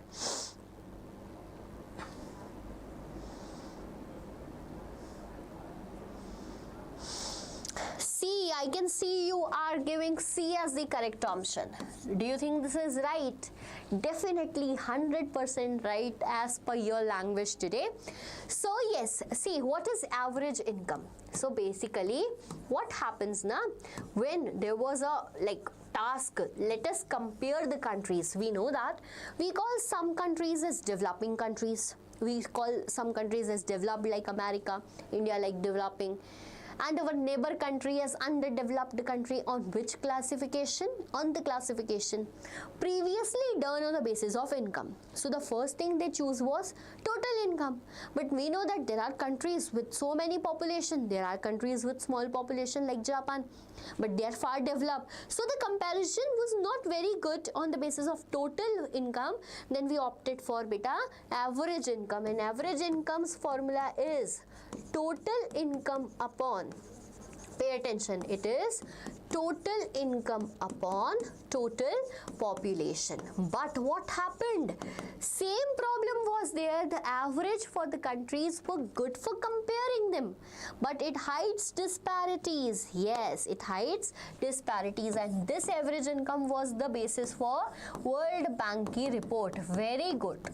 जो भी मुझे ये चीजें बता रहे हैं लाइव चैट, वेरी गुड बेटा. World Bank reality, very good बेटा. चलो, okay, this was the basis और what we can say criteria of World Bank. अच्छा, to replace the criteria of World Bank, which report was presented? जल्दी बताओ, which report was presented after World Bank report? Okay, to correct it. Then we will move to the next question. After World Bank report, what is given in your book?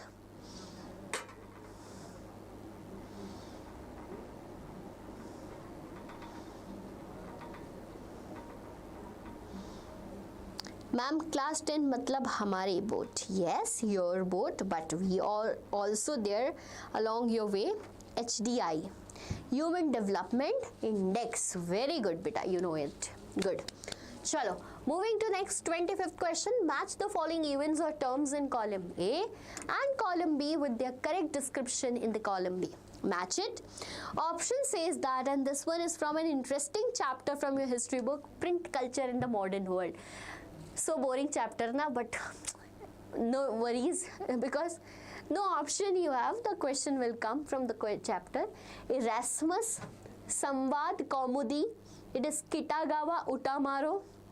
If you guys remember the name, and if you guys don't, then there is a problem. Or it is Penny Magazine. Match them with options in the column B. Popular magazine published in England. Okay. Japanese ukiyo artist known for its depiction of urban culture. C. Latin scholar and Catholic reformer who expressed deep anxiety about printing. Or it's D, a Bengali weekly published by Rajaram Mohan Roy in the year 1821. Match them with the correct one. I'm waiting for your answers. Arey bhai, you give answers so fast, yaar. Are you guys giving after reading it or just by your judgments? I get the answer as A. Okay, I'll check it. Wait, we will check it.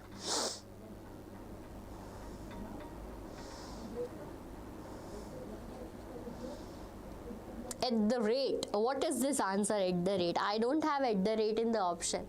Chalo, who was Erasmus beta?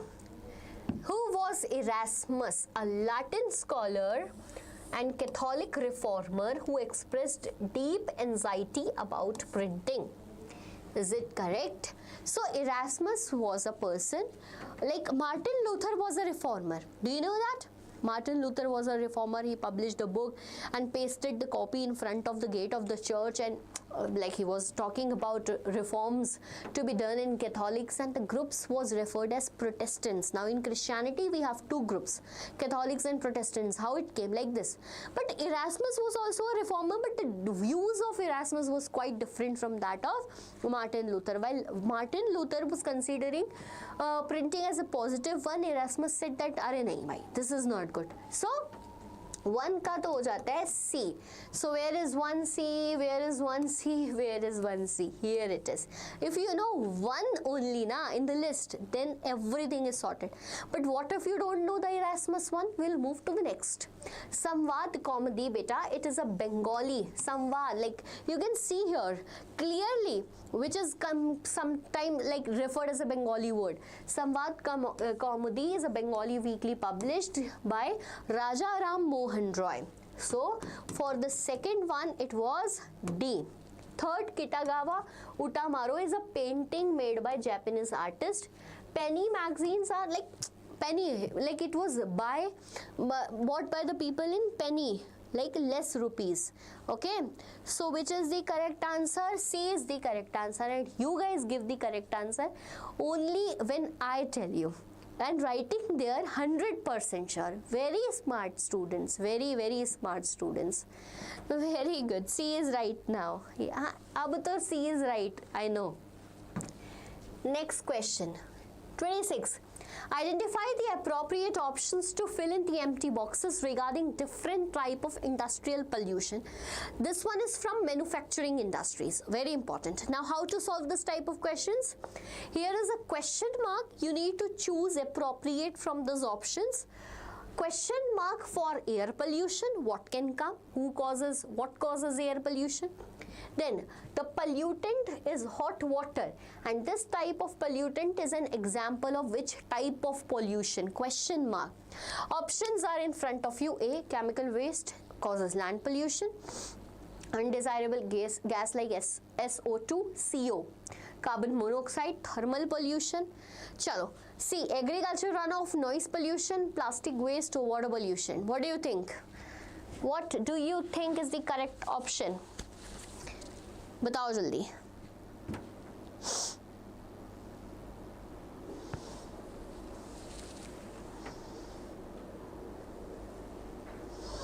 Question number 25 of the day. Sorry, 26. Sorry, bhai, we reached to 26.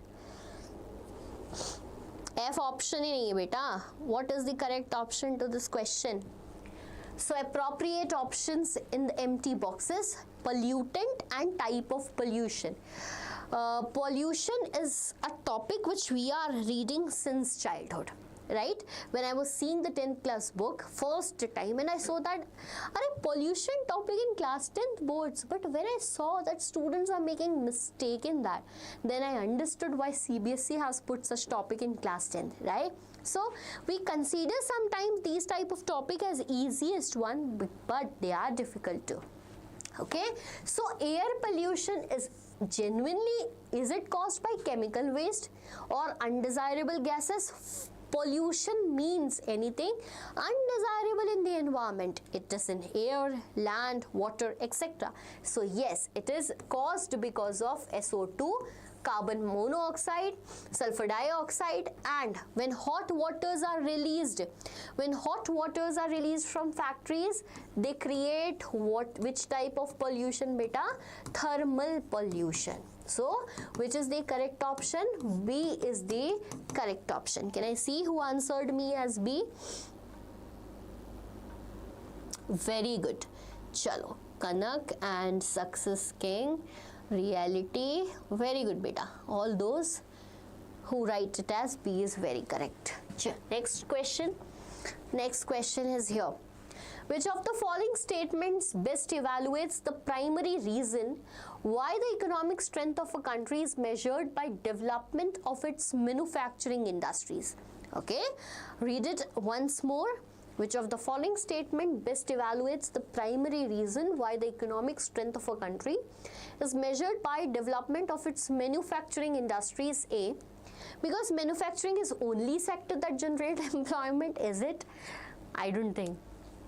B, because manufacturing industry is a primary source of country's food supply. C, because manufacturing adds value, modernize agriculture, create jobs and earn foreign exchange. Or it is D, because a country's military power depends entirely on manufacturing industries. What do you think? Easy one. Okay, I'm getting the answers. B, is it? Are you pretty sure? 100% sure or not? Fastest finger first, students. 100% sure. Chalo, very good. But B is not the correct answer. So because manufacturing industry is the only sector by no. All the sectors, primary sector, secondary sector, tertiary, all of them generates employment. First is wrong. Because manufacturing industries are primary sources of food supply by, who is the primary source of food supply? Primary sector, because food is supplied from the natural sources, soil, water, etc. So this one is also wrong. Manufacturing adds value by, you have grown cotton. See the example carefully. All those who gave me the wrong answer, see the example carefully. Cotton is grown in a soil, right? Now what you are doing? You are taking out the cotton, cleaning it, converting it into thread, weaving it into a cloth. What you are doing? You are adding value, right? You're modernizing agriculture. Iron steel industry will not be there in the country. Do you think that agriculture will modernize? No, it will not. Okay, so C is the correct option. Military need, no. किसी ने दिया C? Anyone in the live chat option? No. What are you doing, students? Beta, no. C is the correct option. Okay, don't get confused, but try to make yourself correct, right, whenever you see such type of question next time in your exams. Hope you will thank me. Chalo, no, D is not the correct answer. C is the correct answer. Next one. Next one. Two statements are given below as assertion and reason. Read the statement and choose the most appropriate option. Assertion is, by assertion and reason type of questions are the most confusing one in our exams. Sometimes what happens, the points come so deep from NCERT that we forget to read it. So there are certain tricks to solve them, and that makes the questions easy. I'll tell you, assertion is, in recent year, many major political parties do not seem to offer a meaningful choice to the voters. Is it correct? Reason for this is because the ideological difference among these parties have reduced, and they often agree on fundamental aspects, differing only in details. What do you think? What do you think, beta? What do you think is the correct answer to the question in front of you? Question number 28 in our list of questions, targeting 100 important questions of SST.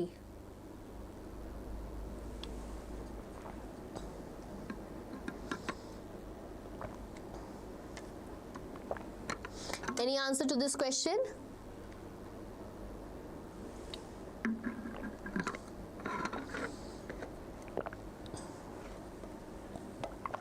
B, okay. Chalo, I'll explain you, okay? So in the political parties, there is a topic. What are the challenges? What are the challenges in front of political parties? And one such challenge is no meaningful choice to others. No meaningful choice to others. Now pay attention. I am giving you an example. For example, there was a political party CPI, Communist Party of India, okay, with an ideology of communalism, and many such ideologies they have in common. What happened in 1964?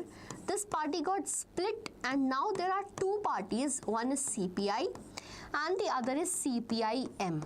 Do you think that their base ideology might have changed? No. In today's world, in a country like India, multiple parties are there. But do they have any difference in their ideological base? By no difference.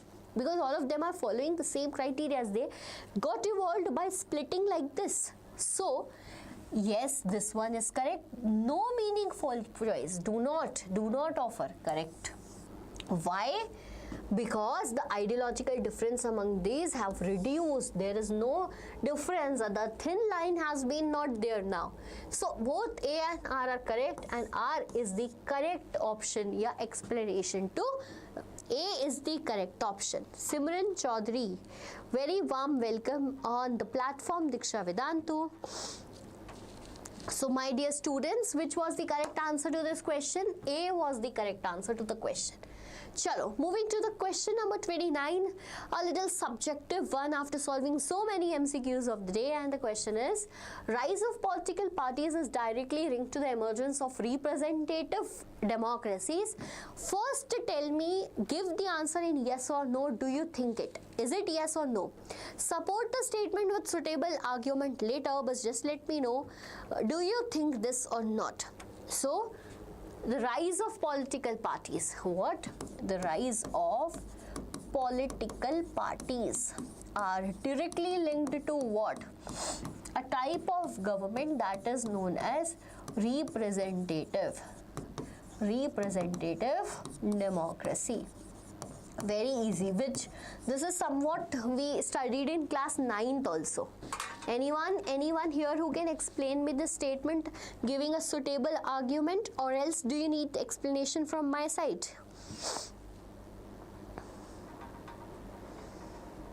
Yes, Simran. Okay, Simran. Very good. Beta, see, correct, she is saying. Dekho, we know that there is a concept democracy. Okay, and this word democracy means what? Rule of people. It means beta what? Rule of people. It came. Okay, it means rule of people. But do you think that 121 crore of population from India can go and rule in Lok Sabha every day? No. We cannot have direct democracy, hence we opted for indirect democratic government. What is indirect? Like these people choose their representatives. These people choose their representative, and hence there is a representative democracy.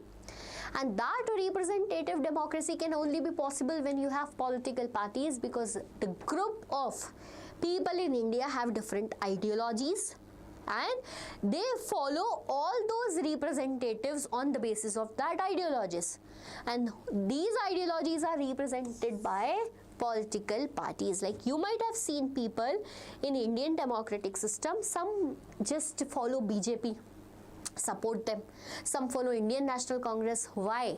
Because they are representatives. Batao, aa gaya samajh? Is it clear to everyone? Give me a thumbs up in the live chat if this one is clear, and you will be able to write a 2-mark question from this one. Chalo. What are the 3 components of a political party? By without taking any break, without taking any thinking, just let me know what are the 3 components of a political party. Write it in the live chat right now.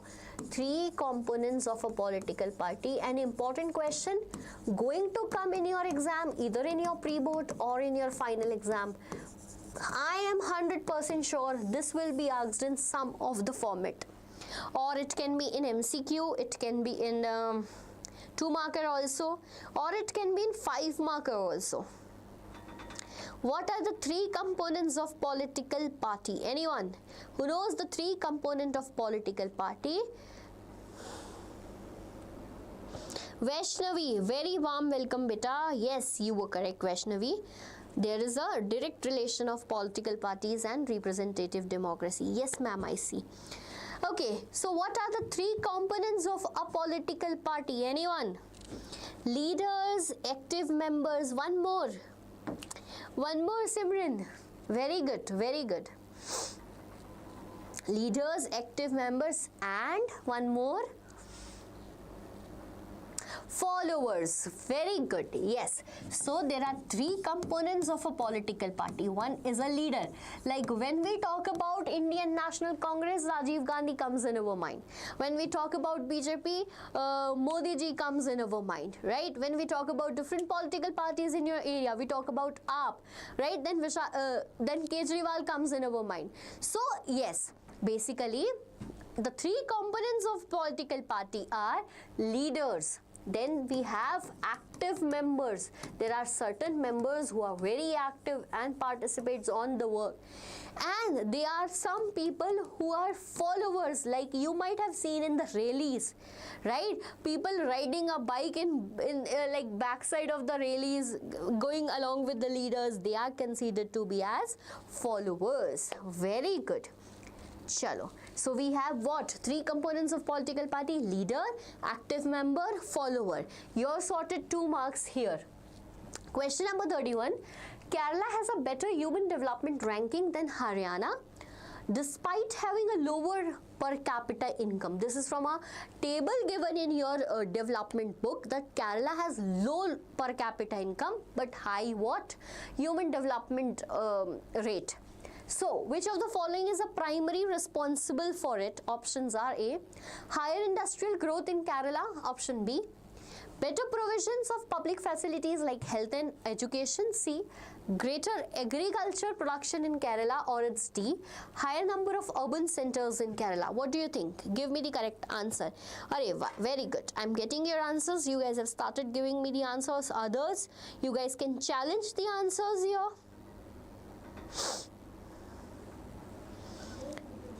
Very good. So Kerala has a better human development ranking. Why? Why? We have seen that whenever we talk about development, we just say that it is associated with money. If you have money, you can sort all your problems, but sometimes it is not, because we see Haryana is very high in the list of earning type of states, but when we talk about their development, very bad. Infant mortality rate, the situation is pathetic, right? Health conditions, very bad. Education, don't talk about education.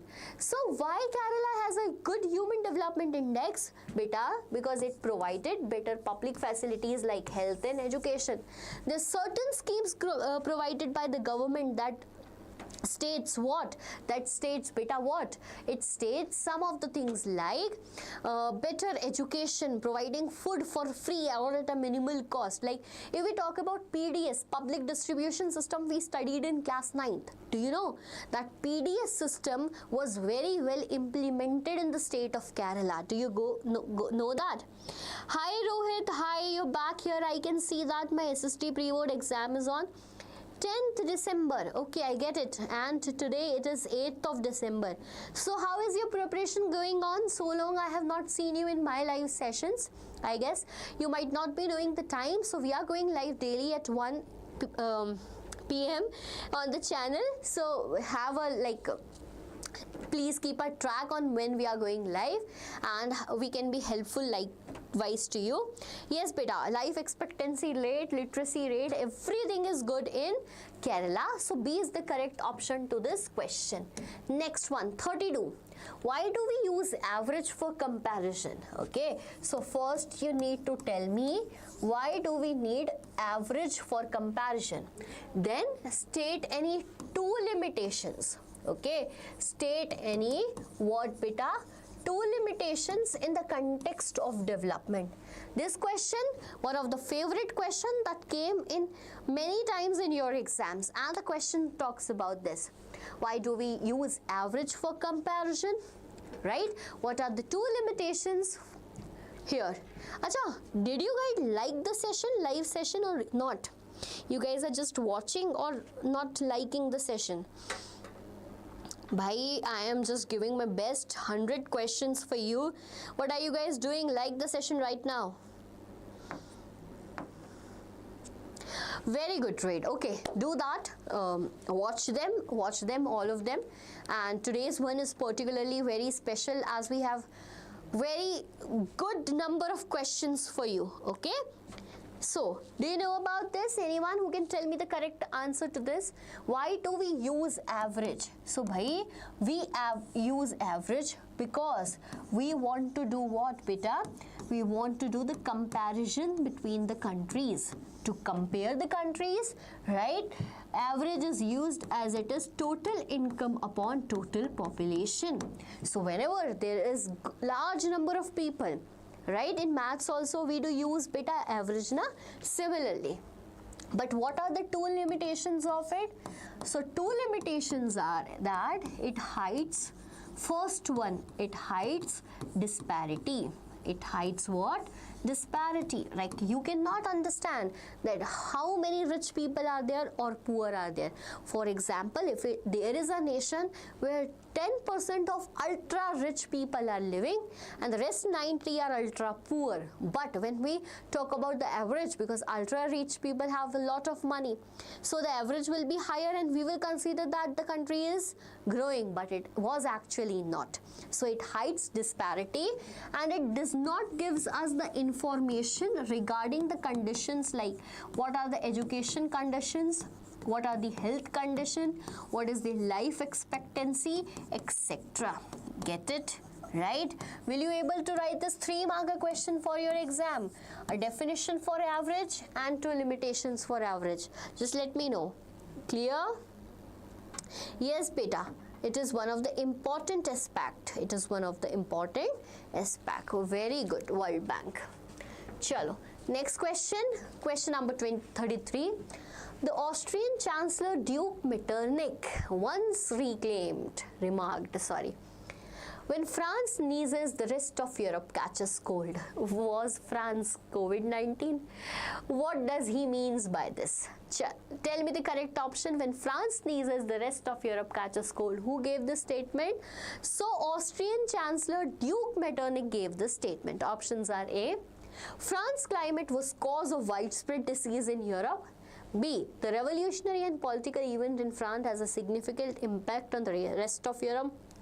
Either it's C, France held economic dominance over all European nations, or it's D, the French monarchy was related by marriage to all other European royal families.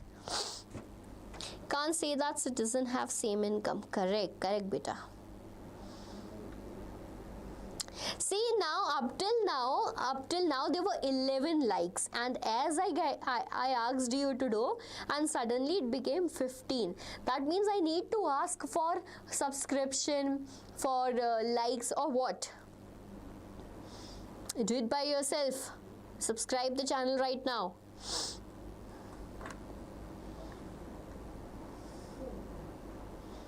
Okay, Simran, as per you, B is the correct option to this question.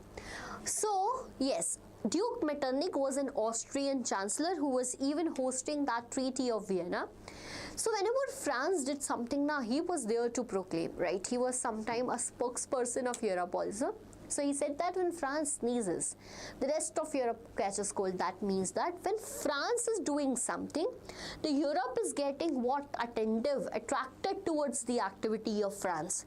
So yes, B is the correct option. Any revolution or a political event that happened in France creates a significant impact on the rest of Europe. Very good. All those who have answered as B, clap for you guys. Moving to the next question. 34th. What was the main objective of Zollverein, or custom union formed in 1834 by the initiative of Prussia? So, hi Kevin, how are you? You will subscribe if I will give you a shout out. So, demanding students I have. Please Hindi speaking ma'am. I can speak Hindi, Vita, whenever required, but we are particularly here teaching in English. Okay, so if you have any doubt regarding any of the thing, you can ask me to translate it in Hindi. I'll do that, but I can speak everything here to remove tax barriers. Okay, Kevin. So here, basically, there was a group, Zollverein, okay, or it is also referred as custom union. When was it formed, beta? So it was formed in 1934. If such type of question comes, you will write the point that it was formed by the initiative of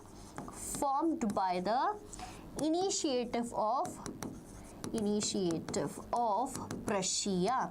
So yes, it was formed by the initiative of Prussia, one of the biggest territory in Germany region, right? Very good. The second point will be, what was the objective that is asked, beta? So the second point is to basically create what?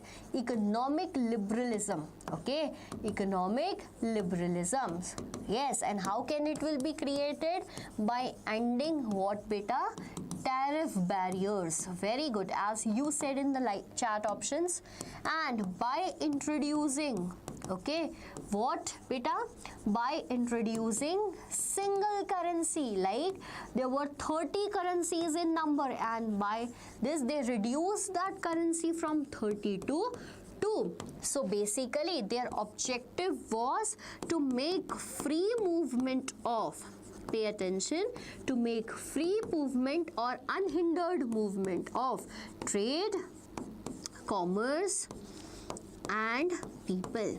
Okay, unhindered movement of trade, commerce and people. So will you be able to frame this answer now? Yes, it was formed in 1934. Listen to ma'am, stop chatting according to Kevin. Correct, beta. Clear? Chalo, is it clear? Next question. Next question is in the form of 35 question, MCQs.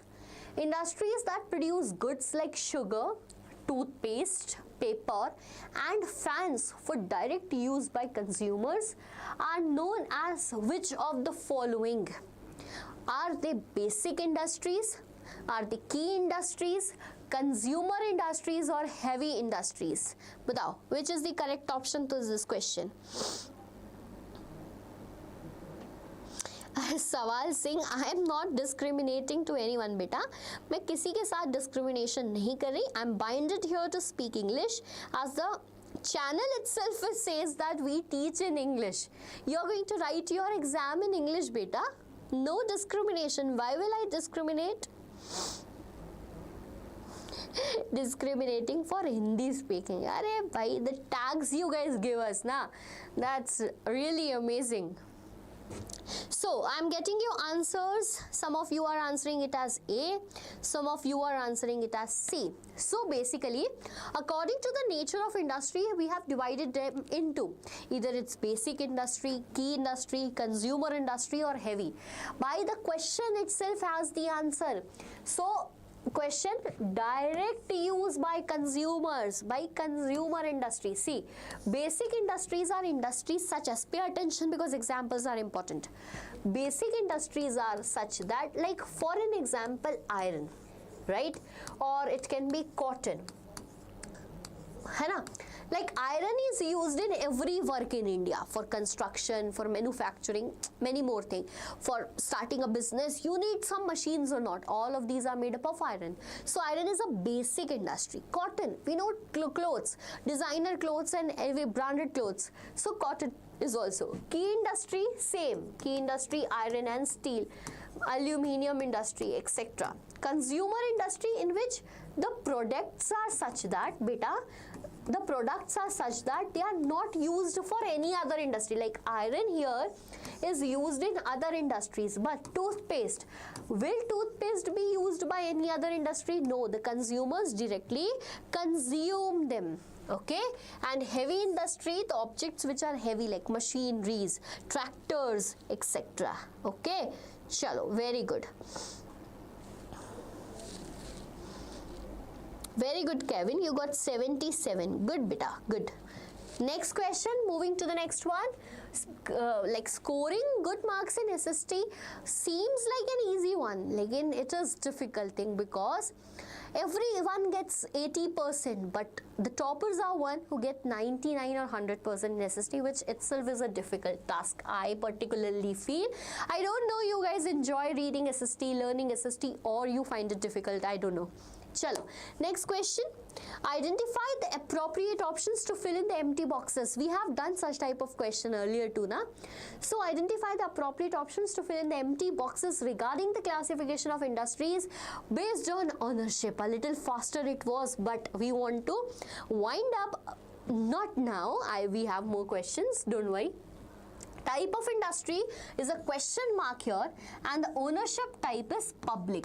See in the option which type of industry is a public industry. Either it's Tisco, OIL, Bhel Sale, Bajaj Auto, etc. Then there is a Dabur industry. Tell which type of ownership it does have. Either it's joint, either it's private or public. Now give the answer. I'm waiting for your responses.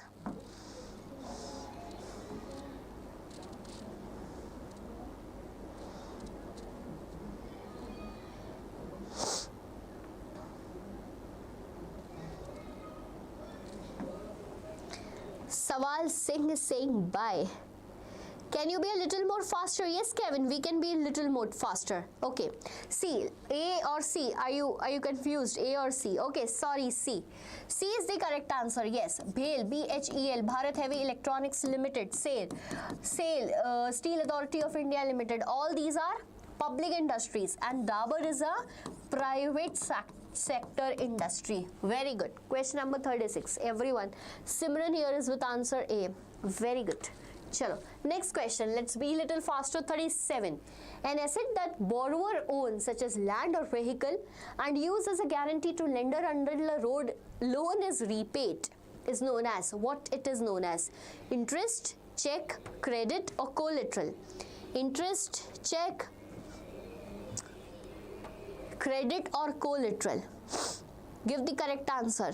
So basically here we are talking about an asset. We are talking about an asset. Can you guess the chapter? Can you guess the chapter from which this topic is? Kevin is saying C or it's D. D, collateral. Fine.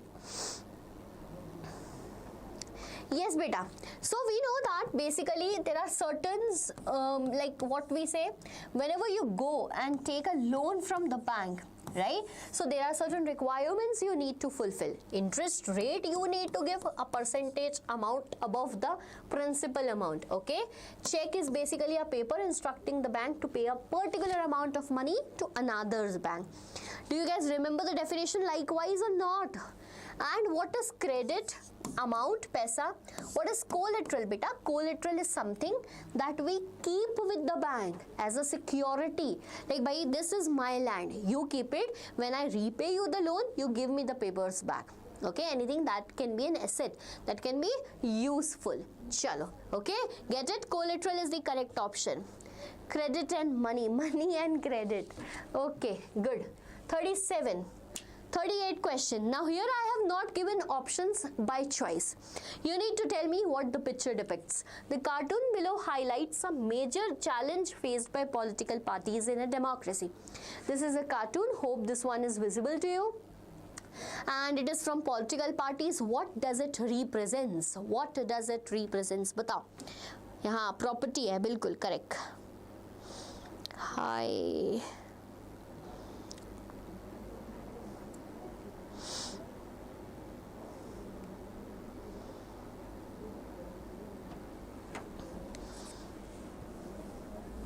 This question came for my pre-board exam. Acha, just tell me the explanation. The cartoon below highlights some major challenge faced by political parties in a democracy. What does it suggest? Now this, like see, there is a lady submitting a paper to some leader, and in this paper 50 crore rupees is written. Is it visible? 50 crore is written, and down here it is written, you already have so much money. Why do you want to contest elections? Why do you want to contest election? What does it represents? Democracy. It does not represent democracy, beta. It represents that the ticket for elections, are bought by people who either have money or muscle power, right? Either who are powerful in the society or have lot of money. Like see, this lady is having 50 crores in account, because what we have done now, it is made compulsory by the government to present an affidavit. Okay, and now this is one of the reform made by government to reform for the political parties, to give the detail of all the criminal charges they have and all the paise, all the basically asset they have, right? All, even asset plus liabilities too, all the details of them. So this is how we know that this lady has so much of money. Why she wants to contest election? You guys might have understand. Yes, it represents the money and massive power in democracy. Question number 38. Chalo. Question 39. Consider the following case and choose the correct option. Read it nicely. Don't be in hurry. We have time. We are doing good questions. That itself is a positive thing. Okay. So in a country with multiple active political parties, okay, an election is held, fine. No single party secures a majority of seats to form the government on its own. कोई भी party नई majority secure कर पाए. Consequently, three parties joined the hand to form a government. Three parties joined the hands to form a government. Options: coalition. Which form of government are we talking about? Option A, coalition government in two-party system. B, unitary government in one-party system. C, coalition government in multi-party system. Or it's D, opposition in a bi-party system. Right? Tricky question, but an interesting one. Ma'am, what is affidavit? Okay, Kevin, I'll tell you. Okay, first you solve this question, then we will discuss that. Chotu Kumar Kushwa is giving me the answer A. Coalition government in a two-party system. This is why I said that question is little tricky. think about it and then give the answer. Okay, Chotu, I can see the answer. You can give it once too. That can be a coalition formed for two parties. Arey, you guys guess it wrong. See, we have how many party system? We have one party system, then we have two party system, then we have multi-party system. Pay attention. So here, one party system, who has the fair chances of winning election? Only one party. Who has the fair chance of winning the election? Only two party. But in the multi-party system, any party can have the fair chance of winning election. Read again. In a country with multiple active political parties, what it is? Multiple active political parties, election is held. No single party is getting. So we are clear that coalition government might be there. Okay, so this is wrong, this is wrong. Now the confusion lies between option A and option C. By here they are saying multiple active political party, hence the answer is C. Multiple, yes, C. All those who have given me the Simran, very good. Badhiya beta. Yes, the right answer to this question is not A. Rather, the right answer to this question is C. Okay, clear to everyone? Give me a thumbs up if this one is clear, and if you have any doubt, just let me know. Yeah, bhai, I can see the answer. Don't spam. Don't spam, otherwise actual doubts I'll miss and reading. So affidavit, Kevin, if you are here, you can hear what it is. Affidavit. Affidavit is basically a legal document, right? Like you write a paper, you wrote there, my name is this, I live in this region, my properties are this, and my parents' name is this, etc. Now you get it signed by a lawyer, you get a declaration done in the court of law. Now that paper becomes legal paper, and when you will submit it some of the office, now it's your responsibility that all the details should be right. Otherwise, the person has the right to sue you in the court. Get it? So affidavit is a legal document that is asked before the election by the political party to present all the details of your property details and criminal records too. Get it? And this is a reform done by government. Hi Pinky, hi, welcome to the session. Now Kevin, is it clear? Is that affidavit word clear to you, or do you still have the doubt? Chalo. Next question, question number 40. Which of the following example best demonstrate a loan from the informal sector? Easy questions are coming in line. So much done with the competency based question. Option A, a loan taken from nationalized bank, loan taken from cooperative society, loan taken from village money lender, or it is from self-help group linked with a bank. Now I get it. Okay, beta. What is your name, ma'am? Beta, my name is Tanvi, and I am your SST faculty at this platform, Deeksha, Vedantu. Give me the correct answer to the question. Good teach. Thank you if you are saying good teach to me. Which of the following example best demonstrate a loan from informal sector? Okay, so by this, okay, D, you guys are giving the answer as D. Taken through self-help group linked to a bank. Arey bhai. Or socho, you are giving the wrong answer. Socho, think about it. No guys, D is not the correct option. Arey bhai.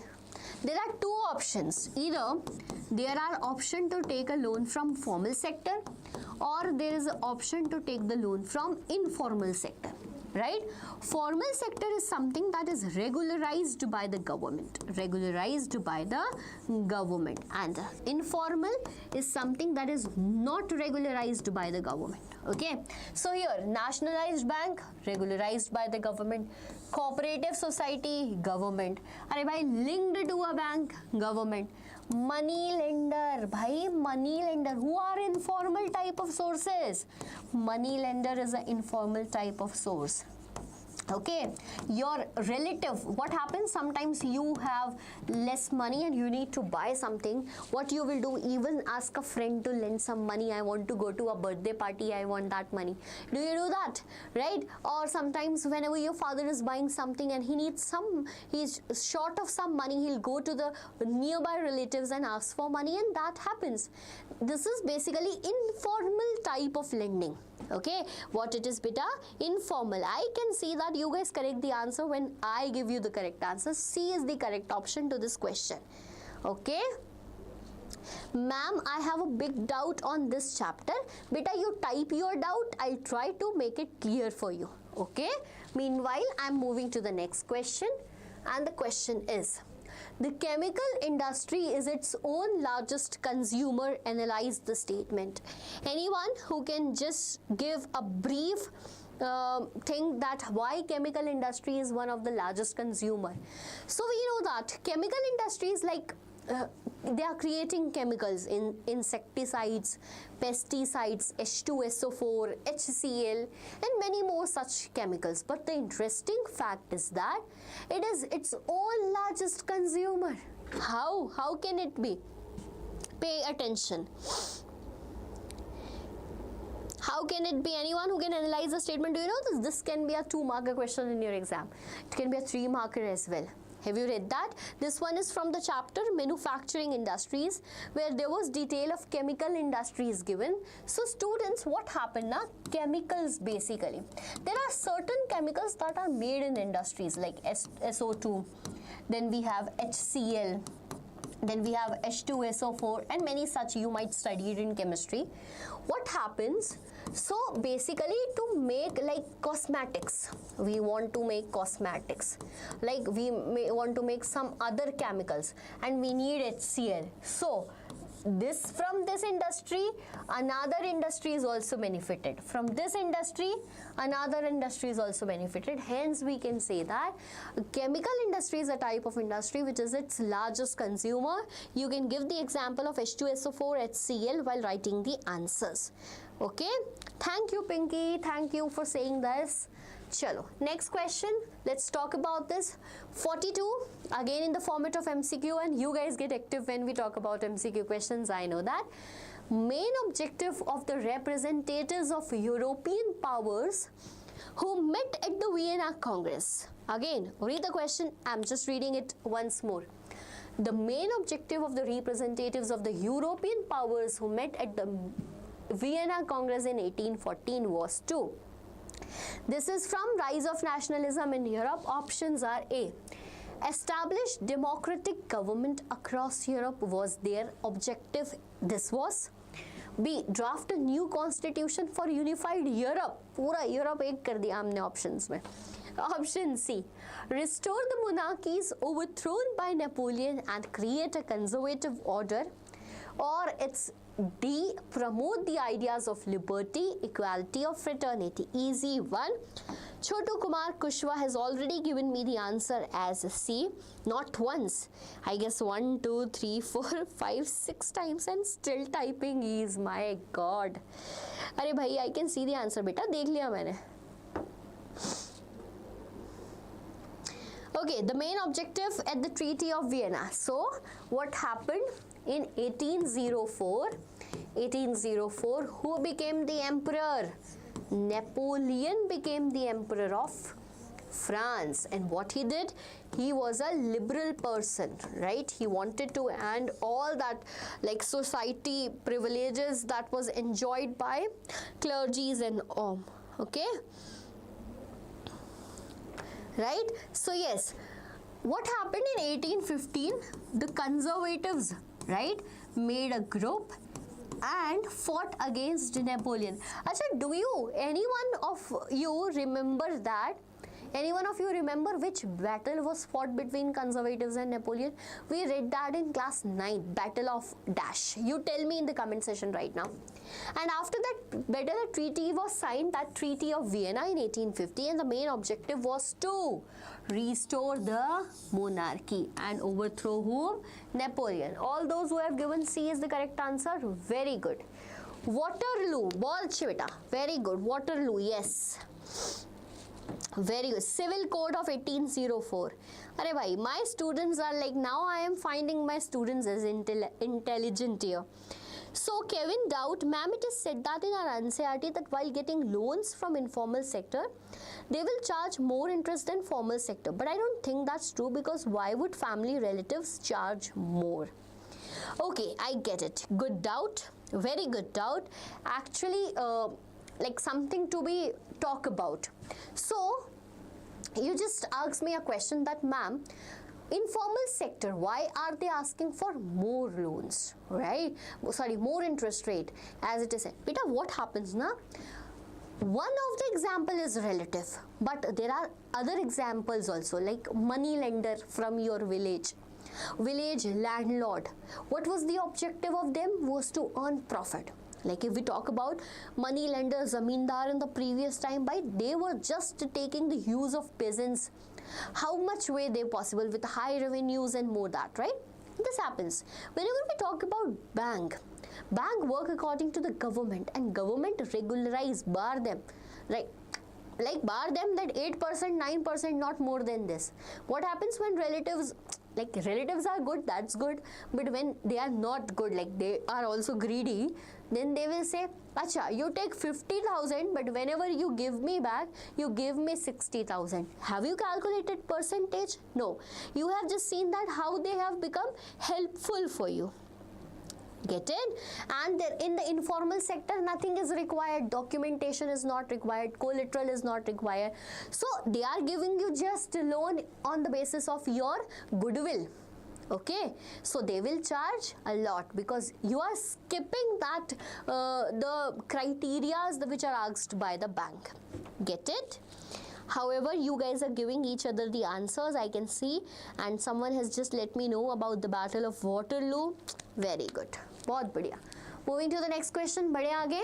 चलो. Next question is 43. What was the main demand of the peasant movement in Awadh led by Baba Ramchandra? Do you remember Baba Ramchandra Awadh? What was his main demand? In the peasant movement, he started in Awadh. Okay, he asked for Kisan Sabha and all that thing. Though I need not to mention that Kisan, you will judge the answer. Option A, ownership of the land they cultivated. Option B, it's abolition of salt tax. Option C, reduction of revenue and abolition of begar, or it's D, separate electorate for peasants. Batao, which one is the correct one? Question number 42, in 43 in front of your screen. Answer the correct one.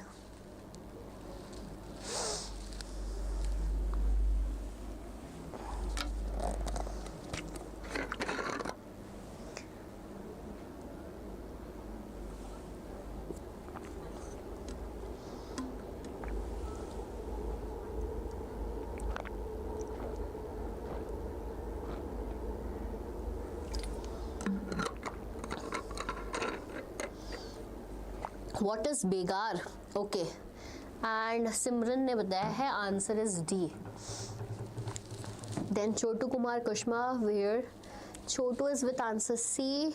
Then we have Nevar Shots with C. Okay, I'll tell you the correct option first, then tell you what is begar. So Awadh, in Awadh, peasant movement was started by Baba Ramchandra, because they were demanding reduction of revenue. What were they demanding, beta? Reduction of revenue and abolition of begar. Now, what is begar? So, basically, in the period of British colonial times, what they were doing, they were asking peasants to work, right? They were asking peasants to work without any payment. What beta? They were asking peasants to work without any payment, and that system is known as begari system, begari pratha or begar. So all those who answered C as correct, you guys are rocking. Chalo, next question. Briefly describe the key terms of Gandhian-Irvin Pact of March 1931, right? Now, I want you to answer this. I want you to answer this, beta. So, Gandhi-Irvin Pact, right? Gandhi-Irvin Pact. Who was Irvin?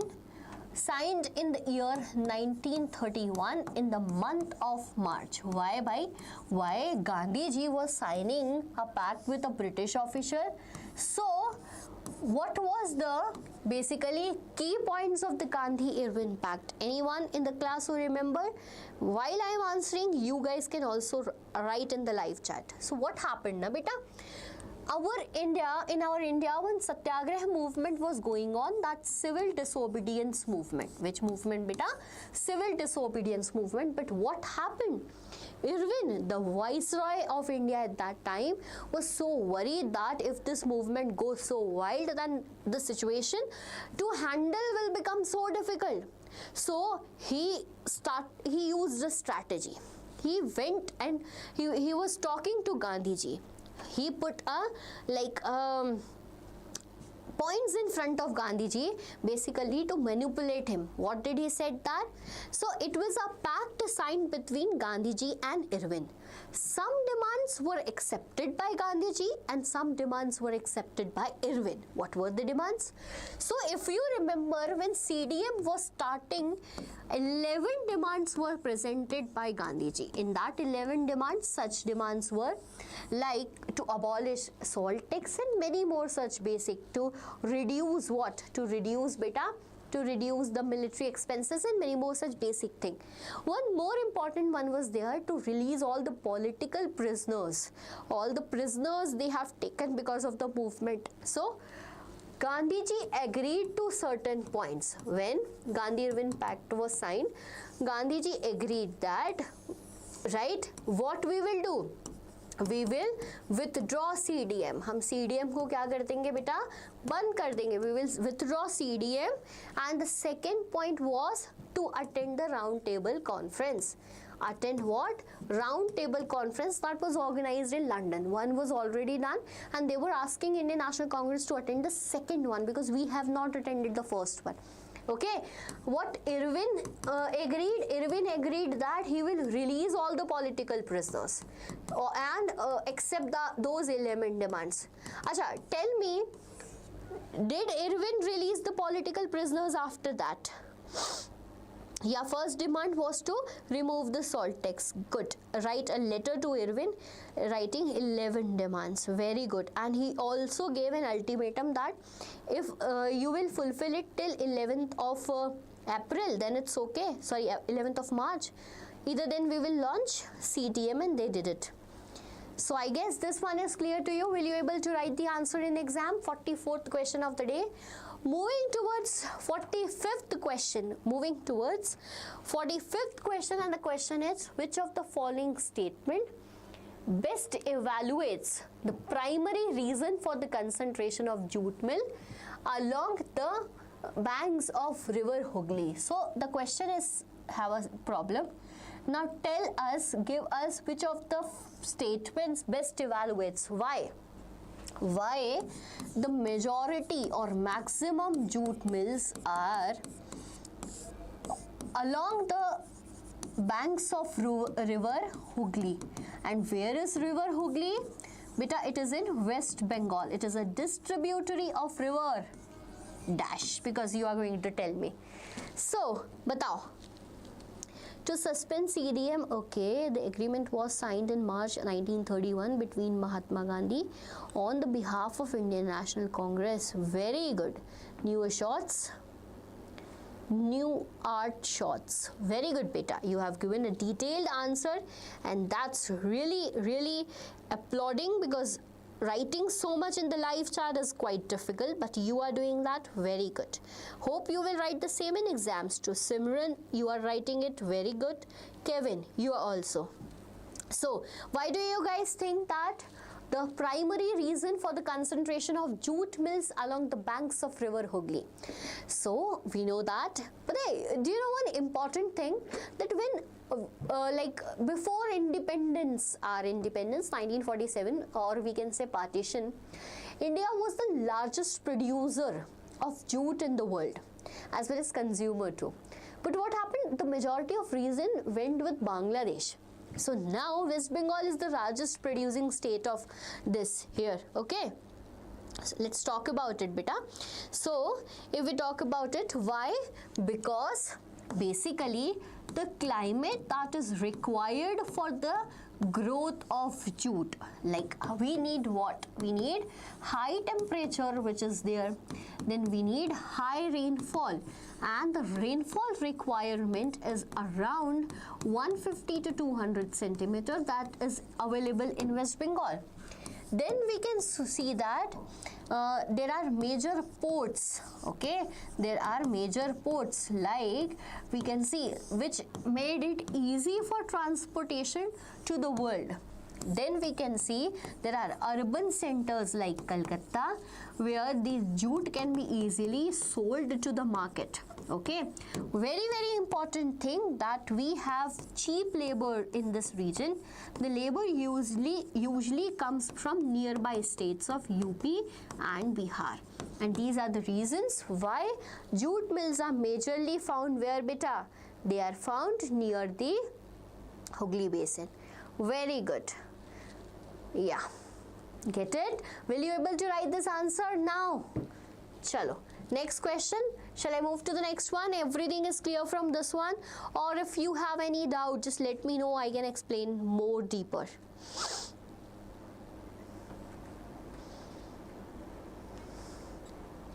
But we use plastic bag. Yeah, we are like getting changed, but I have seen that some cities particularly are working to like solve this problem of using plastics.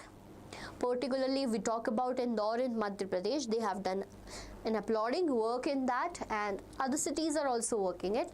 But yeah, that's like a truth. We are like more relied on plastic now. Next question. 46th question, cartoon based question. Like I don't know why I have put so many cartoon based questions today, but enjoy it because questions are going to come, right? The cartoon below depicts a common person reading a newspaper with the headline, "The Nation in Peril," right? The nation in peril. While a crowd of politicians, see, this is a picture, here there is a crowd of politicians, so many people standing. There are certain people, because I think the picture is not clear to you, there are people reading newspaper and reading the headlines that the nation is in peril, right? Okay, what does this suggest about a popular suggestion of perception of political parties? Options are A, parties are highly popular and trusted by the people. B, parties are often seen as self-serving and disconnected from the real problems of the nation. Options C, parties work together harmoniously to solve the nation's problem. Or D, the common person has no interest in the activities of political leaders. What do you think? What do you think? It is a cheaper alternative, correct? That's why. Right.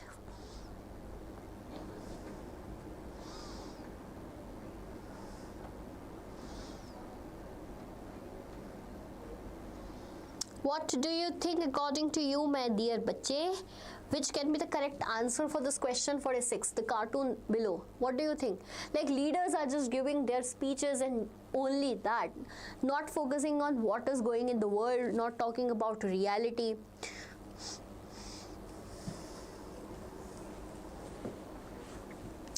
Everyone stopped giving the answers. Are you guys tired?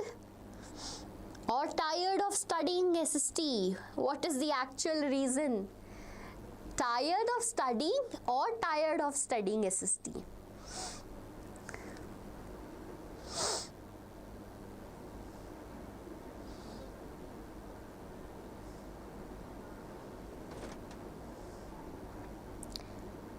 B or D. So I get it. This was a tricky one and you were guys thinking that what can be the correct option. But it's B as the correct option, right? Because common person have no interest. Common people have full interest in the political parties.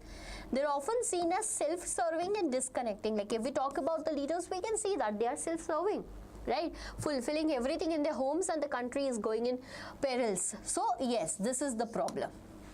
Get it?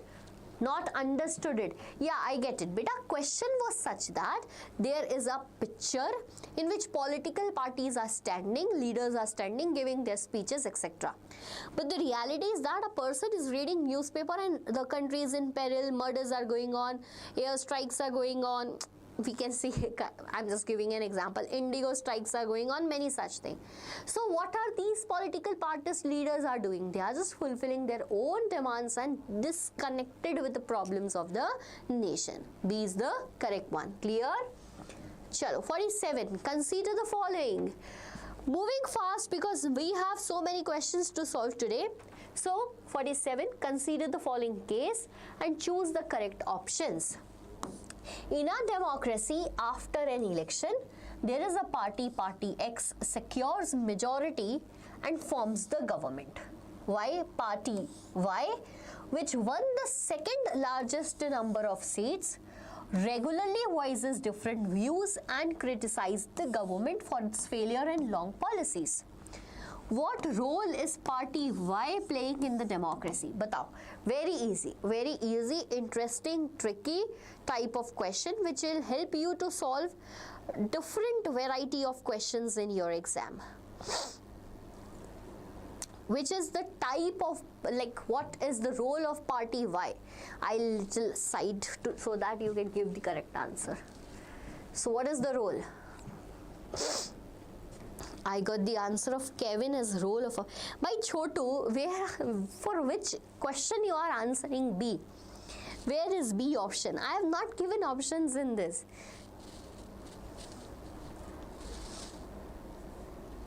Coalition government. No beta, not coalition government. So see, Party X won the election and the role of Party X will be ruling government. Which type of government? Ruling. Where Party Y is the party which is in the second position and he will play the role of what? It will play the role of opposition government. Yes, like Indian National Congress right now in the central government, right? Lok Sabha mein Indian National Congress with Rajiv Gandhi as its head. What are they playing the role of? Opposition party, and they will they will question the government whenever they find it appropriate. 48 question of the day. The situation where people are apparently working but are made to work less than their potential is known as easy, fast, seasonal unemployment, cyclic, disguised, structural. This we are studying from class 9th. Which type of unemployment is it? पहले का ही है ma'am. क्या पहले? अच्छा पहले का था बेटा. Okay, sorry, my bad. 48 question. Situation where people are apparently working but working less than their potential. Okay बेटा, ठीक है छोटू. Okay, so what is unemployment? When people are willing to work but they are not getting the work.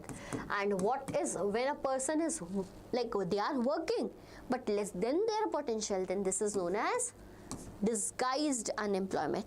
Acha, do you know the name of disguised, another name of disguised unemployment? Anyone? All those who have given the answer C, correct. Anyone who knows that, what is the other name of disguised unemployment? Tell me. Meanwhile, we are moving to the next question.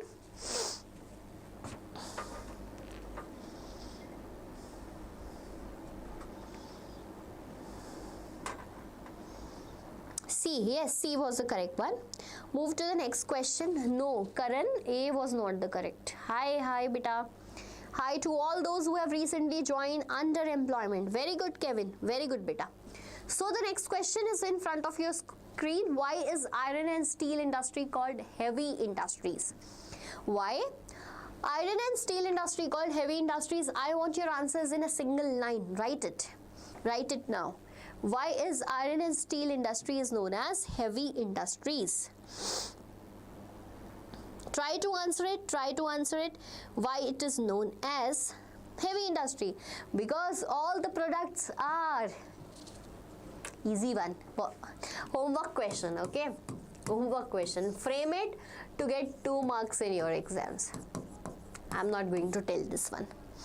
I'll see. Hi ma'am, myself Vaibhavi. Hi Vaibhavi, how are you? Are your exams going on? Are your pre-boards going on? And how is your preparation for SST going? May you teach very nice. Thank you, beta. Thank you for your compliment. And may you join all my sessions and get no loss in your SST preparation. Because it uses heavy product. Yes, all the products are made of iron and steel. They are heavy in nature and hence they are known as heavy industry. Very good, very good. All of you guys are very great today. I've got a good bulk of students today, interested students, and you guys are giving all the answers. That makes the session very interesting. Moving to the last question of the day. And you might be curious that, ma'am, in the thumbnail there is top 100 questions. Yes, today we are going to solve 50 questions, and in the next round of my live we are going to solve the next 50 questions. For that you need to stay tuned with me. Subscribe the channel right now. I'm seeing how many subscriber are there and how many of you are subscribing right now. Like the session right now and all of mine in the previous one, and meanwhile we will be solving the last map practice question of day. Very good, ma'am. My pre-boards are from 20th of December. Okay, beta. Madhvi, your pre-boards are from 20th December. And do you know, from around 15th of December, we are going to launch a free crash course series. The name can be different. We are planning for that. We are working for that. And that will be definitely helpful for you. I'm sure that will be definitely. Okay, ma'am, when is your next live? I have SST pre-board in 15th December. Beta, my next live, I guess it is on Friday. Okay, I'll check the details. Up till then, what you can do, you can join that WhatsApp channel. The link is given in description and all the notifications you will get from there. So, I'm sure that I'll come live next time on Friday at the same time we did today. When is your next session? Okay, hope I have given you the answer. There is a 10 second, yeah, there is 10 second, beta, that happens like this. There is a lag between chats and all, right? It happens technologically. Chalo, let us solve this last question. Map practice. Where is Paradeep, a major seaport in India? Do you know the location? Do you guys have practiced the map work or not? So where is this Paradeep, major seaport in India? Paradeep, major seaport in India. Where is it? Do you know the state? Just let me know this name of states. State of India, where Paradeep, major seaport is there. By from the chapters Lifeline of National Economy, two maps are very important. One is list of airports and the other one is list of seaports. And if you guys are having problem in map work, solution to it is already provided.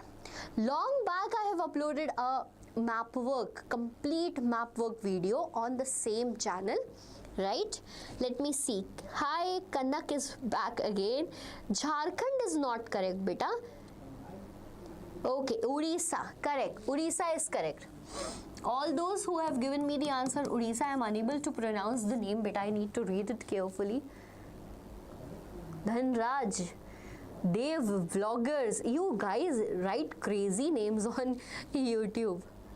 So it's Odisha. Yes, it's Odisha. Chalo, next, second one. Name the international airport in Tamil Nadu. If someone is here from Tamil Nadu, they will able to answer this. Name an international airport in Tamil Nadu. Anyone for the second question? Also write 1, 2, 3, 4 in front of your answer so that it will be clear to me that, ma'am, this question comes from where? Sorry, this answer comes from where? So, name an international airport from Tamil Nadu. What is the name of it? And there is a very interesting story, but I'll not tell it in detail. That in Tamil Nadu, in Kerala, there is an international airport which is unfunctional, not functional, sorry, for some hours in a year because of one religious ceremony, right? Chennai International safer side. Kevin, you are playing safer side. It's basically the name of that airport is Meenambakkam. Meenambakkam International Airport in Chennai, Tamil Nadu. So don't be safe. Remember the names in detail because this can take half marks. This can take half marks of your. Okay, Kevin, you're from Kerala, then you might know that detail, right? The Raja Travancore and the story behind that. So, Meenam Bakkam. So, the third one, where is Bokaro Iron and Steel Plant stationed? Where is Bokaro Iron and Steel Plant? Where it is? Do you guys know this? Where is Bokaro Iron and Steel Plant? Hi Dilip Singh, hi, welcome to the session beta. We are doing the 15th question of the day. We have done a live at 1 p.m. today with so many interesting questions of SST that can help you in your exam preparation.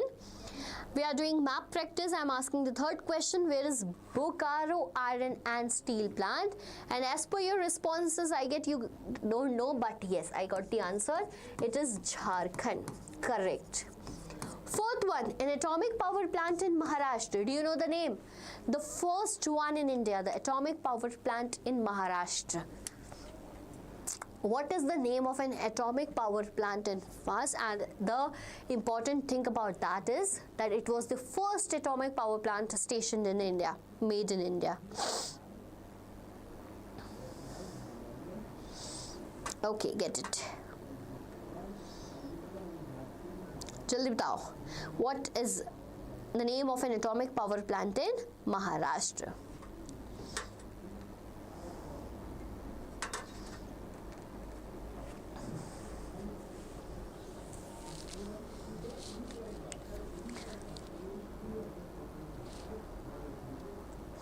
So the name of the atomic power plant in Maharashtra is Tarapur. I'll not take your time, waste your time if you don't know. Name one international airport in Bengal. So the international airport is named after Subhash Chandra Bose. Okay, it is named after Subhash Chandra Bose. One quick question to all of you right now: which international airport is named after Indira Gandhi? Does it really exist? Tell me. Netaji Subhash Chandra Bose International Airport for the fifth one. Very good. Tarapur for the fourth one. Very good. Hi beta. Hi. Azlanjum, if I am pronouncing it correct, and sorry if I'm not pronouncing it as correct. Hi beta, how are you? Hope your preparations for SST exam is going right, and if not, just let me know if you are facing any problem in your SST exam. I'm right here to help you guys, right? So we have done 50 questions today. Subhash Chandra Bose, very good. Chalo, badhiya. Hi beta, hi. I said you hi. Hope you heard it. We have done how many questions today? 50 questions, and our target is to solve top 100 questions that are most repeated, that came from previous year question papers and are one of the most important questions, right? So hope you guys enjoyed the session. All those who are in the session who have not liked my this live session up till now, you're gonna do it right away. Right now you're gonna do it, because I have given you 50 questions, and that too very, very important. And for the next series, I just invite you all. That is going to be on Friday. Meanwhile, you can watch Deeksha Vedantu. We are going live for maths. We are going live for science. And all the faculties here are genuinely just making all the lectures, keeping in mind that this is going to be helpful for my class 10 students. Okay? So do that as a priority. Like the session, right? Subscribe the session if you want to enjoy more such sessions like this. Else it's your choice. Okay, so we will meet you guys in the next live session. Up till then, take care, and I am waiting for you. Just if you have in case any doubt, right, you can write here. If you want any strategy, you can also ask me here. I'll clear. Otherwise, tata, bye bye. Ma'am, can you leak paper? Beta, nobody actually can leak paper. Pay attention to that. Nobody actually can leak paper. Nobody has an authority. Nobody has the right to that. That was just a term because we teachers are teaching for so many years and have an experience of judging what kind of question can comes in exam. So it is not actually paper leak, right? It's not actually paper leak. It's just the way by which we are telling you the most important questions that are going to come in your exam. We are sure that that will come because we are teaching since so many years. Okay, get it? Okay. So, bye-bye my dear students. We will meet next time. Hope you enjoyed this session. Right? What suggestion you want, beta? Just type fast, I'll give you. Fine.